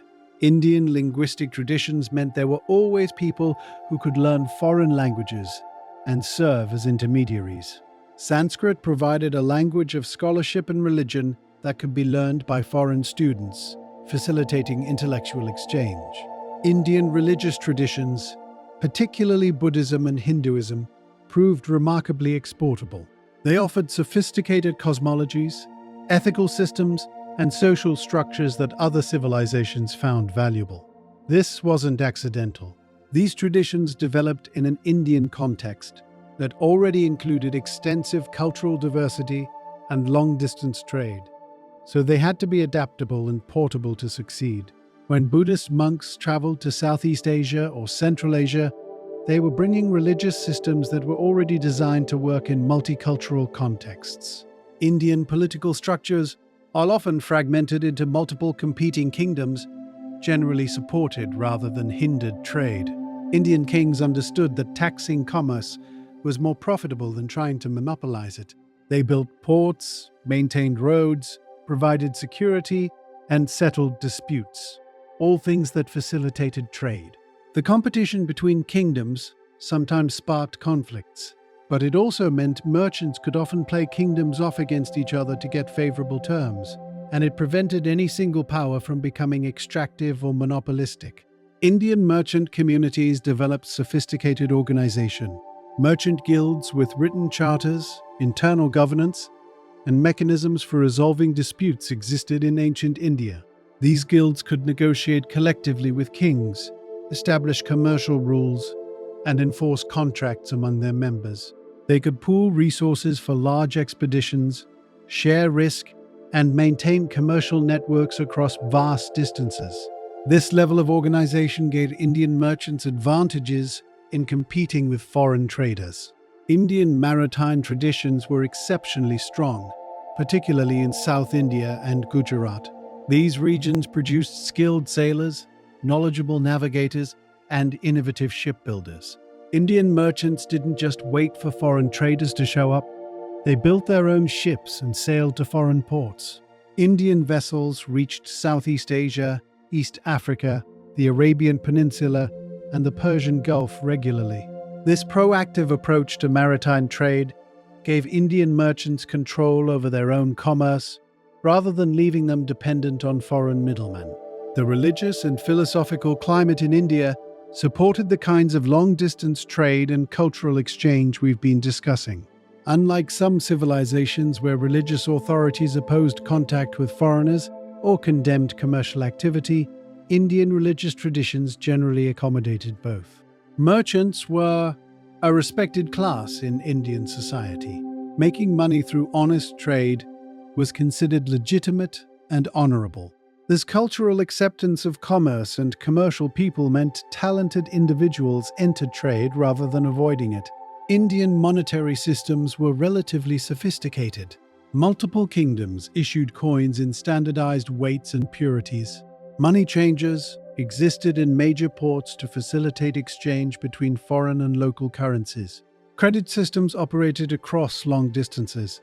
Commercial contracts were written and legally enforceable. All of this infrastructure made it easier to conduct complex transactions involving parties who might never meet face to face and goods that might take years to travel from producer to final buyer. The educational traditions in India produced literate merchants who could keep accounts, write contracts, and correspond with distant partners. The Indian numerical system, which we've already mentioned, spread globally, made complex calculations easier than they were using other systems like Roman numerals. An Indian merchant using decimal numbers could calculate prices, exchange rates, profits, and taxes far more efficiently than a Roman merchant struggling with awkward Roman numerals.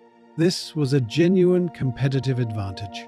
India's religious pluralism, while imperfect and sometimes marked by conflict, was nevertheless more accommodating than many alternatives. Hindu kingdoms generally tolerated Buddhist minorities, and vice versa. Jain merchants operated successfully in both Hindu and Buddhist kingdoms. This religious tolerance, however limited by modern standards, meant that foreign merchants, whether Christian, Zoroastrian, Jewish, or followers of other traditions, could generally find accommodation in Indian ports. They could practice their religions, form their own communities, and conduct business without facing the kind of systematic persecution that religious minorities faced in some other civilizations. All of these factors, geographical position, resources, advanced navigation and mathematics, exportable cultural products, political support for trade, sophisticated commercial organization, maritime traditions, religious accommodation, combined to make India the natural hub of ancient global trade. No other region had quite the same combination of advantages. China had resources and manufacturing capacity, but was geographically more isolated, and its political systems were more centralized and sometimes less supportive of private merchant activity. Persia was well positioned geographically, but lacked direct ocean access and resources for maritime trade.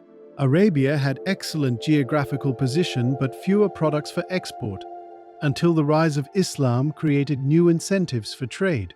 Southeast Asia had resources but was politically fragmented and initially lacked the commercial organization and navigation expertise to exploit its position. Fully skills they developed partly by learning from Indian merchants.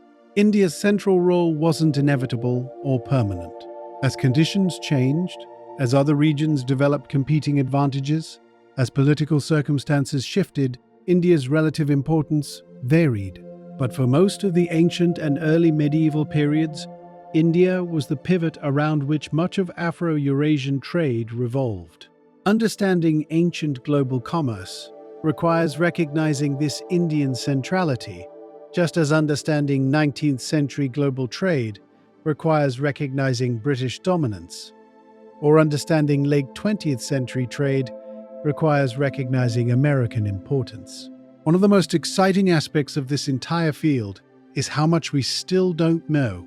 Despite centuries of scholarship, despite significant archaeological work, despite advances in analytical techniques, the ancient trade networks we've been discussing tonight remain partly mysterious. There are shipwrecks we haven't found yet, ports that have been buried by silt or coastal changes, routes that were used but left little physical evidence, kingdoms that participated in this trade but whose names appear in no surviving records. Every few years, a new discovery changes some aspect of our understanding. An underwater excavation locates a previously unknown shipwreck carrying unexpected cargo that reveals trade connections we didn't know existed. A new DNA study shows population mixing we hadn't detected. A newly translated inscription mentions a merchant guild or trade agreement that fills gaps in our knowledge.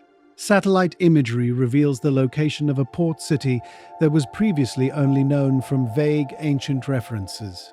The Indian Ocean has been studied less intensively than the Mediterranean, partly because Western archaeology focused on civilizations Westerners considered more relevant to their own history. But this is changing. Archaeologists from India, Southeast Asia, East Africa, and the Arab world are increasingly conducting research in their own regions, bringing local knowledge and different perspectives that Western scholars lacked. Underwater archaeology, once prohibitively expensive and technically difficult, is becoming more accessible. DNA analysis of ancient populations is revealing information that couldn't be obtained any other way.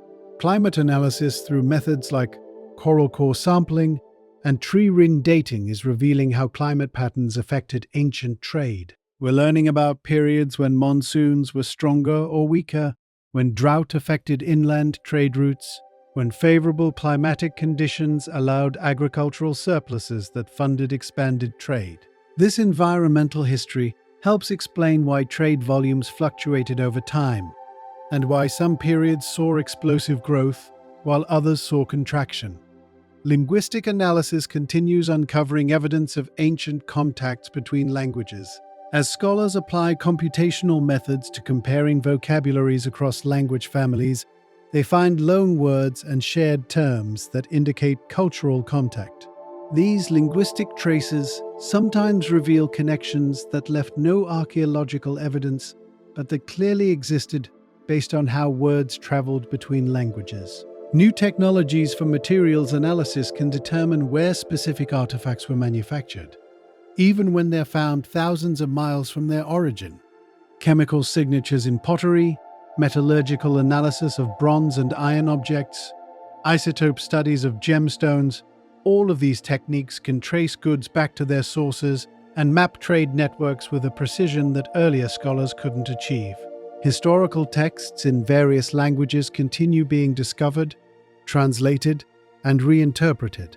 Ancient libraries in India, China, Central Asia, and elsewhere contain manuscripts that haven't been fully catalogued or translated. As scholars gain access to these materials, and as translation technologies improve, we're finding new historical accounts, merchant records, travel narratives, and commercial documents that expand our understanding of ancient trade.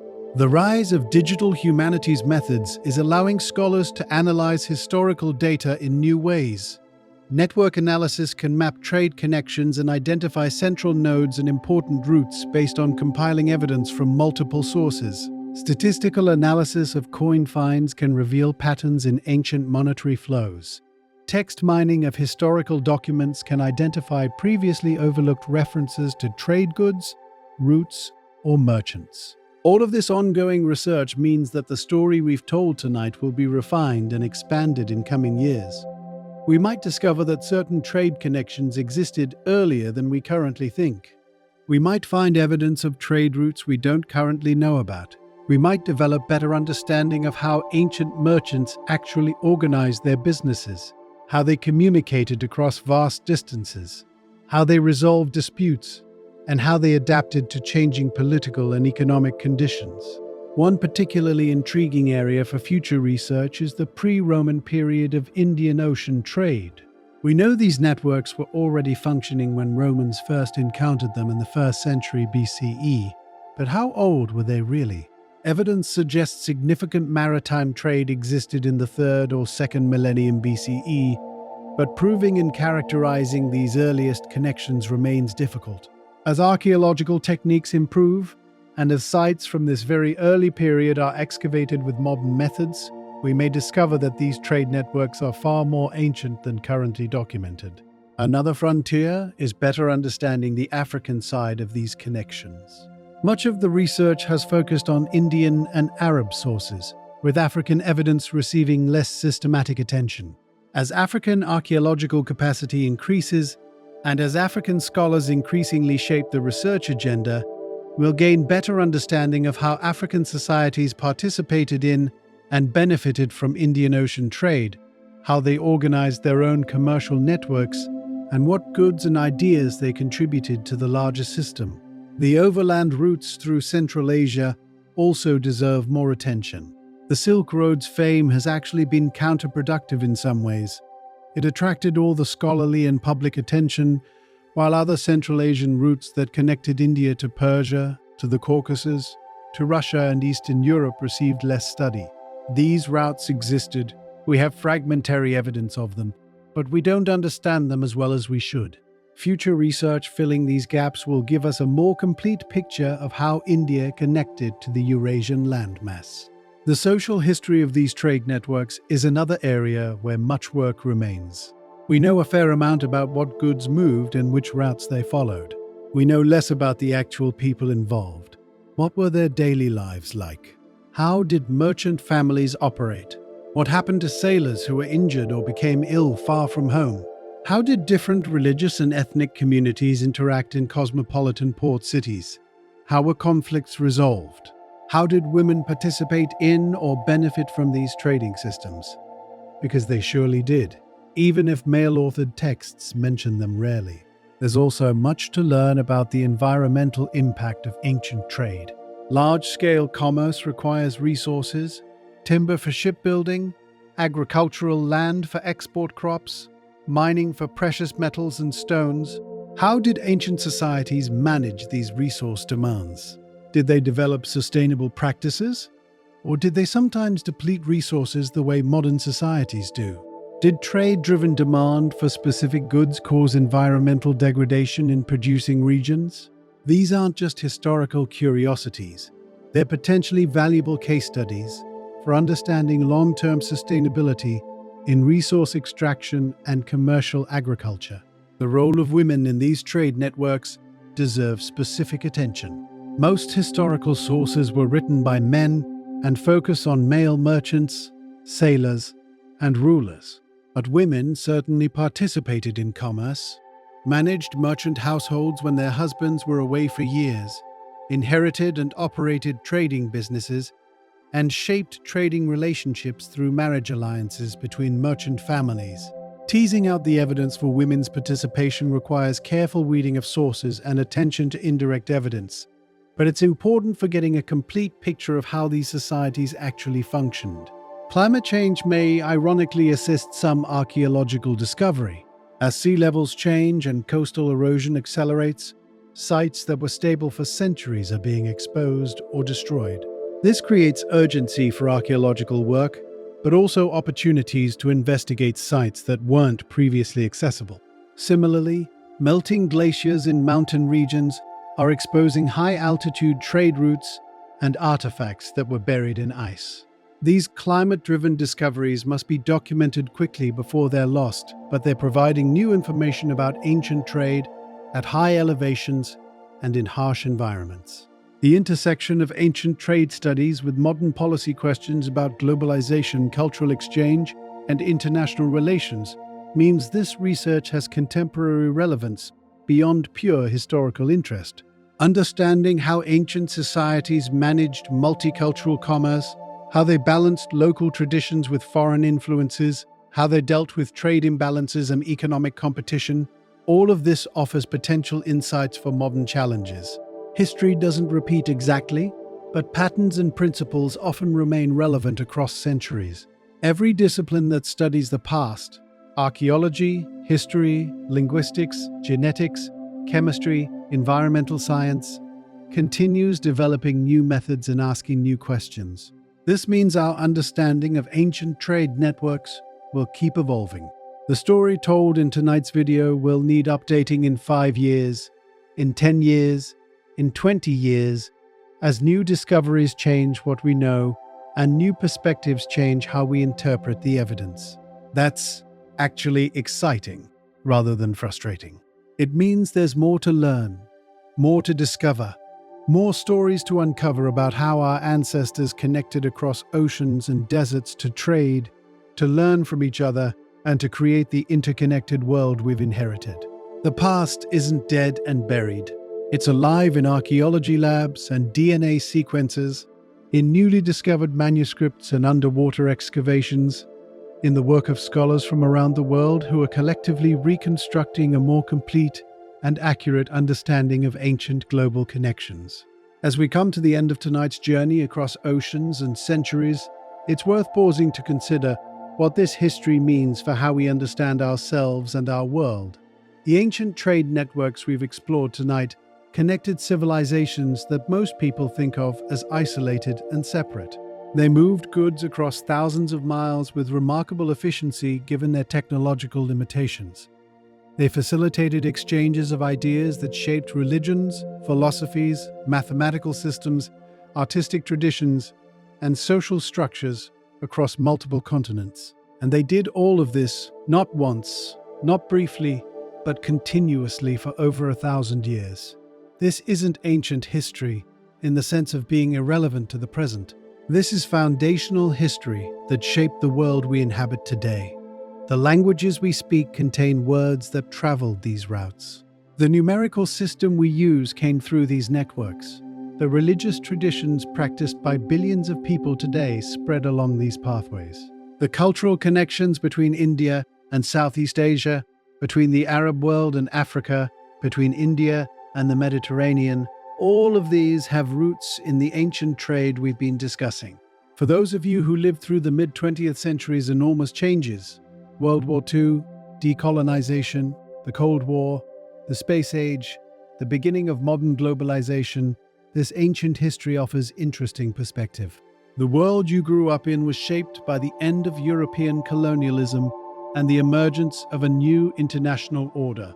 Understanding that colonialism itself was a relatively brief interruption in much longer patterns of interaction between civilizations helps put that 20th century experience in context.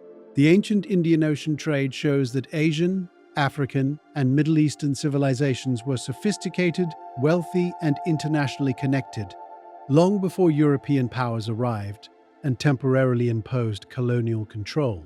The poverty and underdevelopment of many of these regions in the 19th and early 20th centuries wasn't their natural state. It was the result of colonial extraction and the disruption of traditional economic systems. The post-colonial recovery of these regions represents a return to historical patterns of significance and prosperity, rather than the sudden emergence of previously backward societies. This matters because it challenges narratives of inevitable Western superiority or non-Western inadequacy that were common in the era when many of you were educated.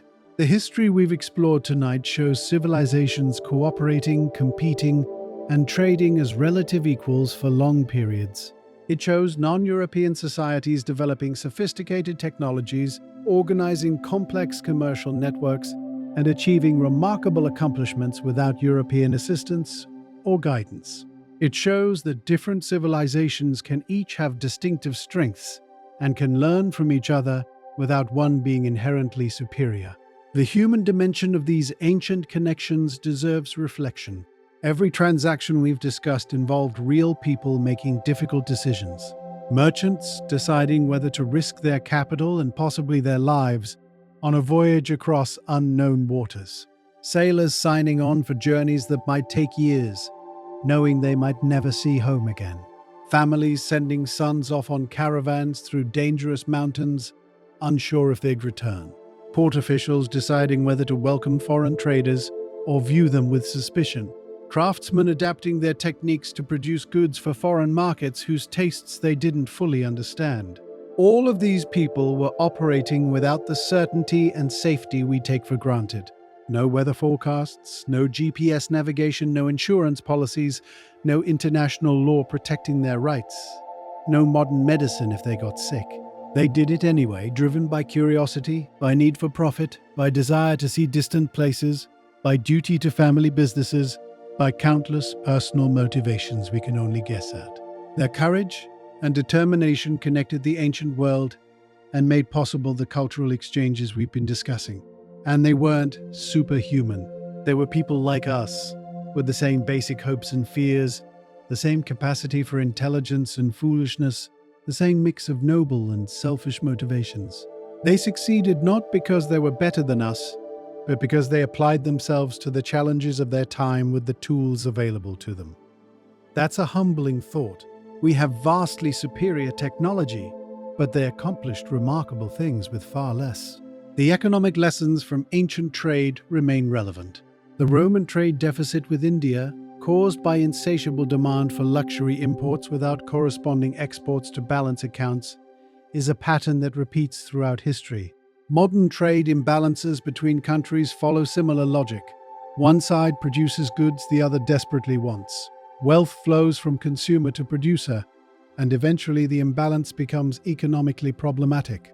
Ancient Rome's experience with this problem offers a long historical perspective on a challenge modern economies still face. The cultural exchange we've discussed, Buddhism spreading through trade routes, Indian mathematics reaching Europe through Arab intermediaries, artistic styles blending in cosmopolitan port cities, shows how ideas travel with commerce. We sometimes imagine cultural change as coming through military conquest or deliberate missionary activity, but peaceful commercial exchange may have been more important historically. When merchants meet to trade goods, they inevitably exchange ideas too. The barber or carpenter traveling with a caravan, the priest on a merchant vessel, the craftsman seeking work in a foreign port, all served as vectors for cultural transmission that gradually shaped civilizations. The ancient world's religious tolerance, while imperfect, compares favorably to some later periods, when commercial success depended on accommodating merchants from various religious backgrounds. Most societies found ways to make it work. Temple cities in India welcomed Buddhist monasteries. Muslim merchants operated successfully in Hindu kingdoms. Jewish and Christian communities established themselves in Asian ports. Religious differences existed and sometimes caused conflicts, but commercial interests often encouraged tolerance and accommodation. Modern notions of cultural purity or authentic tradition look questionable when viewed through this historical lens. Every culture we've discussed tonight was shaped by foreign influences absorbed through trade and exchange. Indian culture incorporated elements from Greeks, Persians, and Central Asians. Southeast Asian cultures blended Indian, Chinese, and indigenous elements. African coastal cultures mixed African, Arab, and Indian traditions. This cultural mixing wasn't corruption or loss of authenticity. It was the normal process through which cultures develop and thrive. The fear of foreign influence that sometimes characterizes modern nationalist movements would seem strange to ancient merchants who routinely learned foreign languages, adopted useful foreign practices, and intermarried across cultural boundaries. They understood instinctively that cultures grow through exchange, that adopting useful foreign innovations doesn't mean abandoning your own identity, that you can remain distinctly Indian or Arab or African while also participating in international commerce and cultural exchange. Those of you who served overseas or worked internationally during your careers probably understand this better than younger generations who've had less direct cross-cultural experience. You saw different cultures up close, learned to work with people who thought and operated differently than you, and probably came to appreciate both the differences and the common humanity underneath. The ancient merchants we've been discussing had similar experiences, and they built an interconnected world despite having far fewer tools for communication and far less knowledge of foreign cultures before they encountered them directly. The environmental history hidden in these ancient trade networks is worth considering too. Large-scale commerce requires resources, and ancient societies depleted some resources just as modern ones do. Indian teak forests were heavily logged for shipbuilding. Elephant populations declined due to demand for ivory. Mining for gems and precious metals scarred landscapes. The success of ancient trade came with environmental costs that ancient people may not have fully recognized or valued the way we might today. But ancient societies also sometimes developed sustainable practices because they had no choice. They couldn't simply move their extraction activities elsewhere when local resources depleted. Teak forest management in India included replanting practices.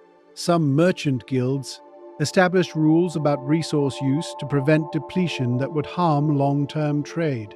The lesson isn't that ancient people were better environmental stewards than moderns, but that long-term thinking about resource management has ancient precedents we can learn from. The sheer scale of ancient commerce deserves final emphasis.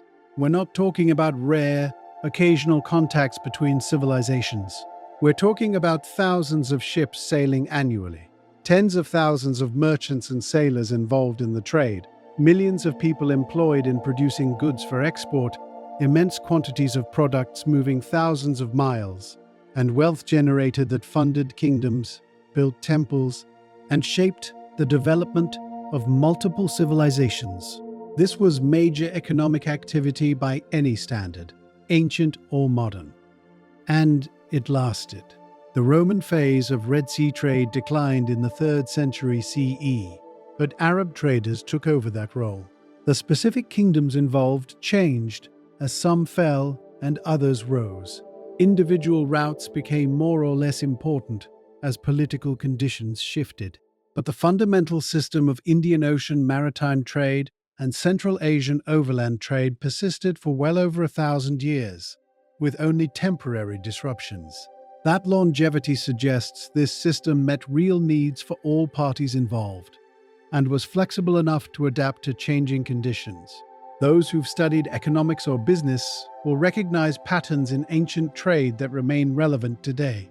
Competitive advantages based on resources and position, the importance of trust and reputation in long-distance commerce, the value of information about foreign markets, the role of middlemen in connecting producers and consumers, the challenge of managing risk in uncertain ventures. The technologies changed, the scale increased, but fundamental economic principles operating in ancient trade remain recognizable to anyone who understands modern commerce.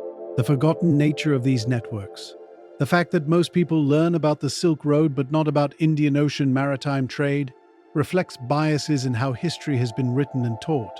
European historians focused on routes and civilizations that connected to European history. The Mediterranean and the Silk Road both touched Europe, so they got attention.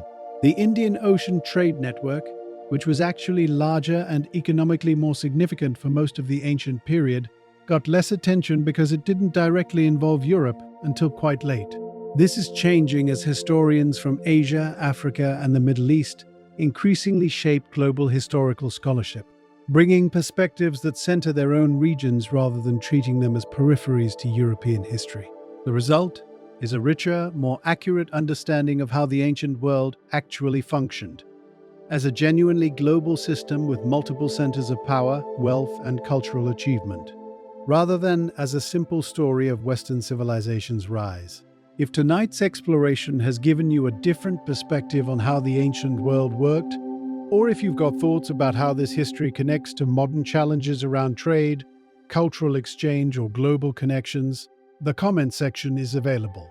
Your generation witnessed some of the most dramatic changes in global interconnection in human history, from a time when international travel was rare and difficult to today's instant worldwide communication.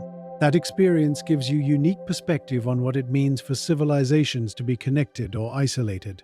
If you're willing to share those thoughts, others would benefit from hearing them. The ancient merchants who carried pepper from Malabar to Rome. The Arab navigator who taught an Indian sailor how to read the stars for ocean crossing. The Buddhist monk who brought Sanskrit texts to a monastery in Java. The African trader who negotiated for Indian cloth in Swahili ports. The Roman merchant who died of fever in a distant Indian port, far from family and home. The Indian ship captain who learned enough Greek to conduct business in Egyptian ports. The craftsman who carved ivory in an Indian workshop, knowing his work would travel to lands he'd never see. All of these people are silent now, their individual stories mostly lost to time. We know them only through the objects they left behind, the buildings they constructed, the routes they traveled, the cultural influences they spread. But they were real. They lived, worked, loved, feared, hoped, and died. Their choices, accumulated across generations, created the interconnected ancient world we've been exploring tonight.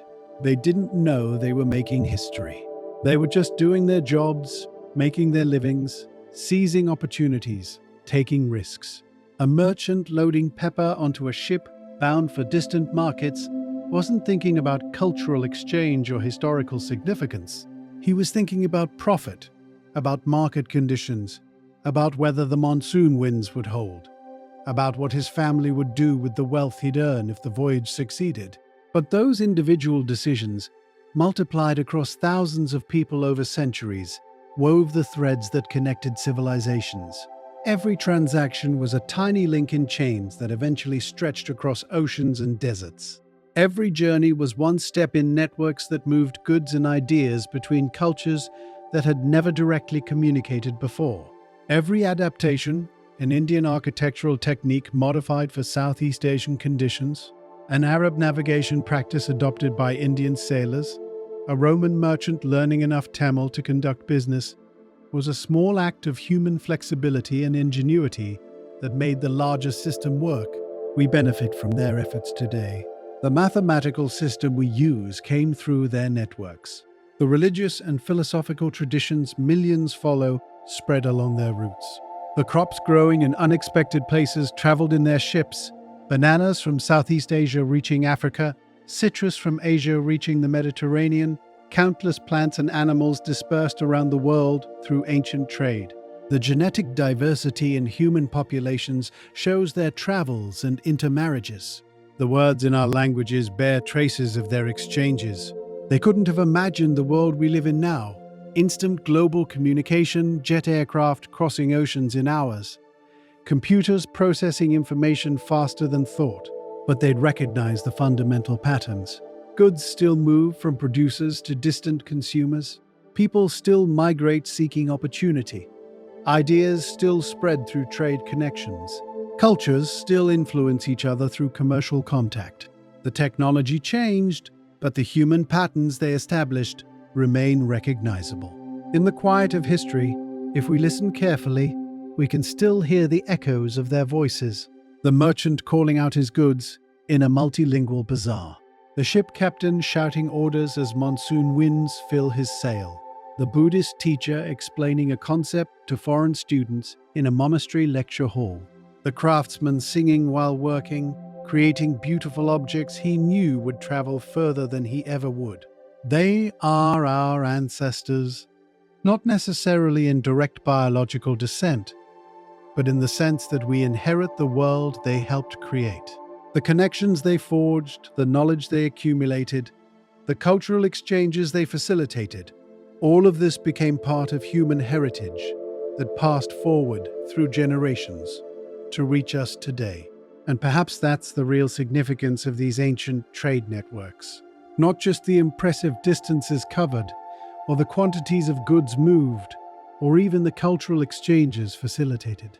The real significance is what they tell us about human nature, about our restless curiosity, our willingness to take risks for potential rewards, our capacity to cooperate with strangers who don't share our language or customs, our ability to learn from those different from ourselves. The ancient merchants who crossed unknown oceans weren't fundamentally different from us. They had the same hopes: to provide for their families, to achieve success by their society's standards, to see new places, to accumulate wealth and respect. They had the same fears of failure, of danger, of the unknown. They made the same kinds of decisions we make, weighing risks against potential rewards, deciding when to push forward and when to wait, determining whom to trust. They succeeded in creating connections that lasted centuries and influenced billions of lives across the millennia since, not because they were superhuman, but because they were human. Curious, ambitious, adaptable, persistent. They faced the challenges of their time with the tools available to them and built something remarkable. We face our own challenges now: environmental, economic, social, political. The solutions won't come from simply copying what ancient merchants did, but understanding how our ancestors navigated their challenges, how they built cooperative systems across cultural boundaries, how they sustained complex networks through adaptation and mutual benefit. That understanding might offer perspective, if not direct answers. The past doesn't dictate the future, but it does illuminate possibilities. Ancient India's global connections show us that international commerce and cultural exchange can benefit all participants, that different civilizations can interact as relative equals, that complex cooperative systems can endure for centuries. These aren't inevitable outcomes. They require conscious effort, institutional support, and cultural accommodation, but they are possible. Our ancestors proved it. So as you settle in tonight, as your thoughts quiet and consciousness drifts towards sleep, remember this: you are connected across time to those ancient travelers. The world you inhabit was shaped by their journeys. The knowledge you use came through their networks. The connections they forged, the bridges they built between distant civilizations, the cooperative systems they developed, all of this became part of the foundation on which modern global society stands. Their voices may be silent now, scattered across forgotten ports and buried trade routes, lost in the depths of ancient oceans and the heights of mountain passes. But their influence endures, whispered through languages and traditions, preserved in DNA and artifacts, visible in architecture and artistic styles, traceable through the goods and ideas that still flow along routes they pioneered. The ancient world was more connected than we usually imagine, more sophisticated than stereotypes suggest, more cosmopolitan than national histories acknowledge.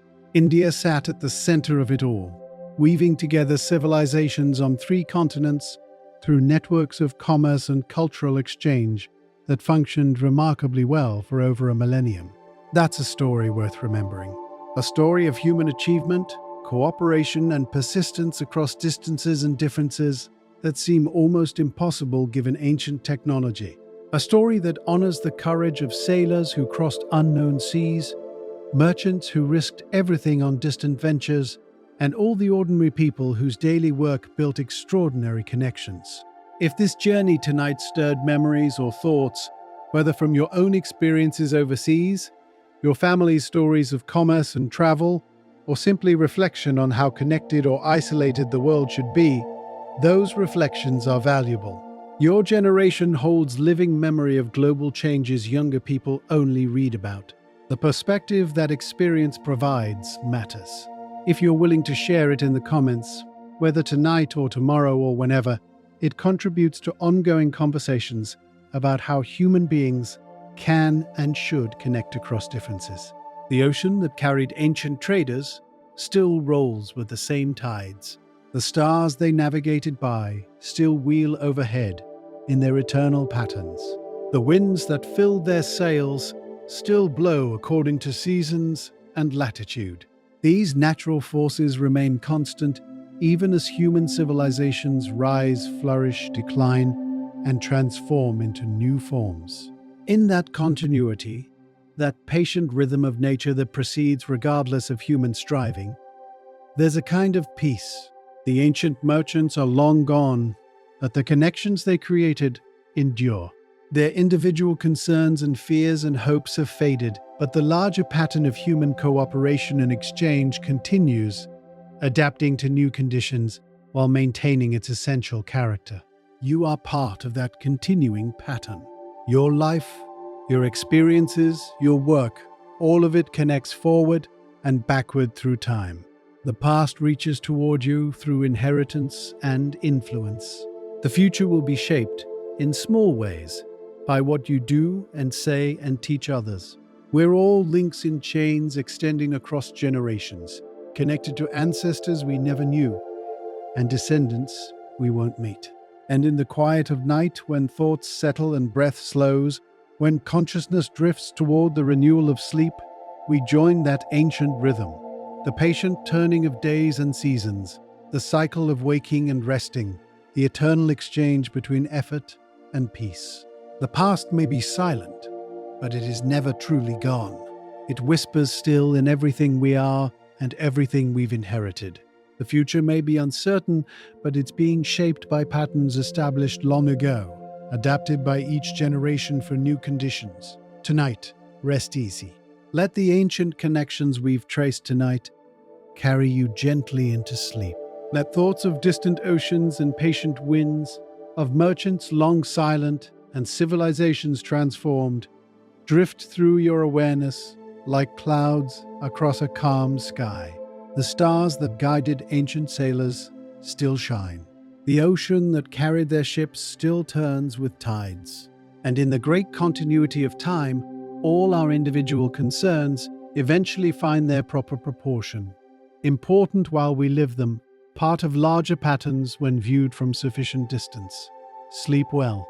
Rest in the knowledge that we are all part of something larger than ourselves, connected across time and space to others who faced their own challenges, did their best, and passed forward the torch of human civilization that we carry now.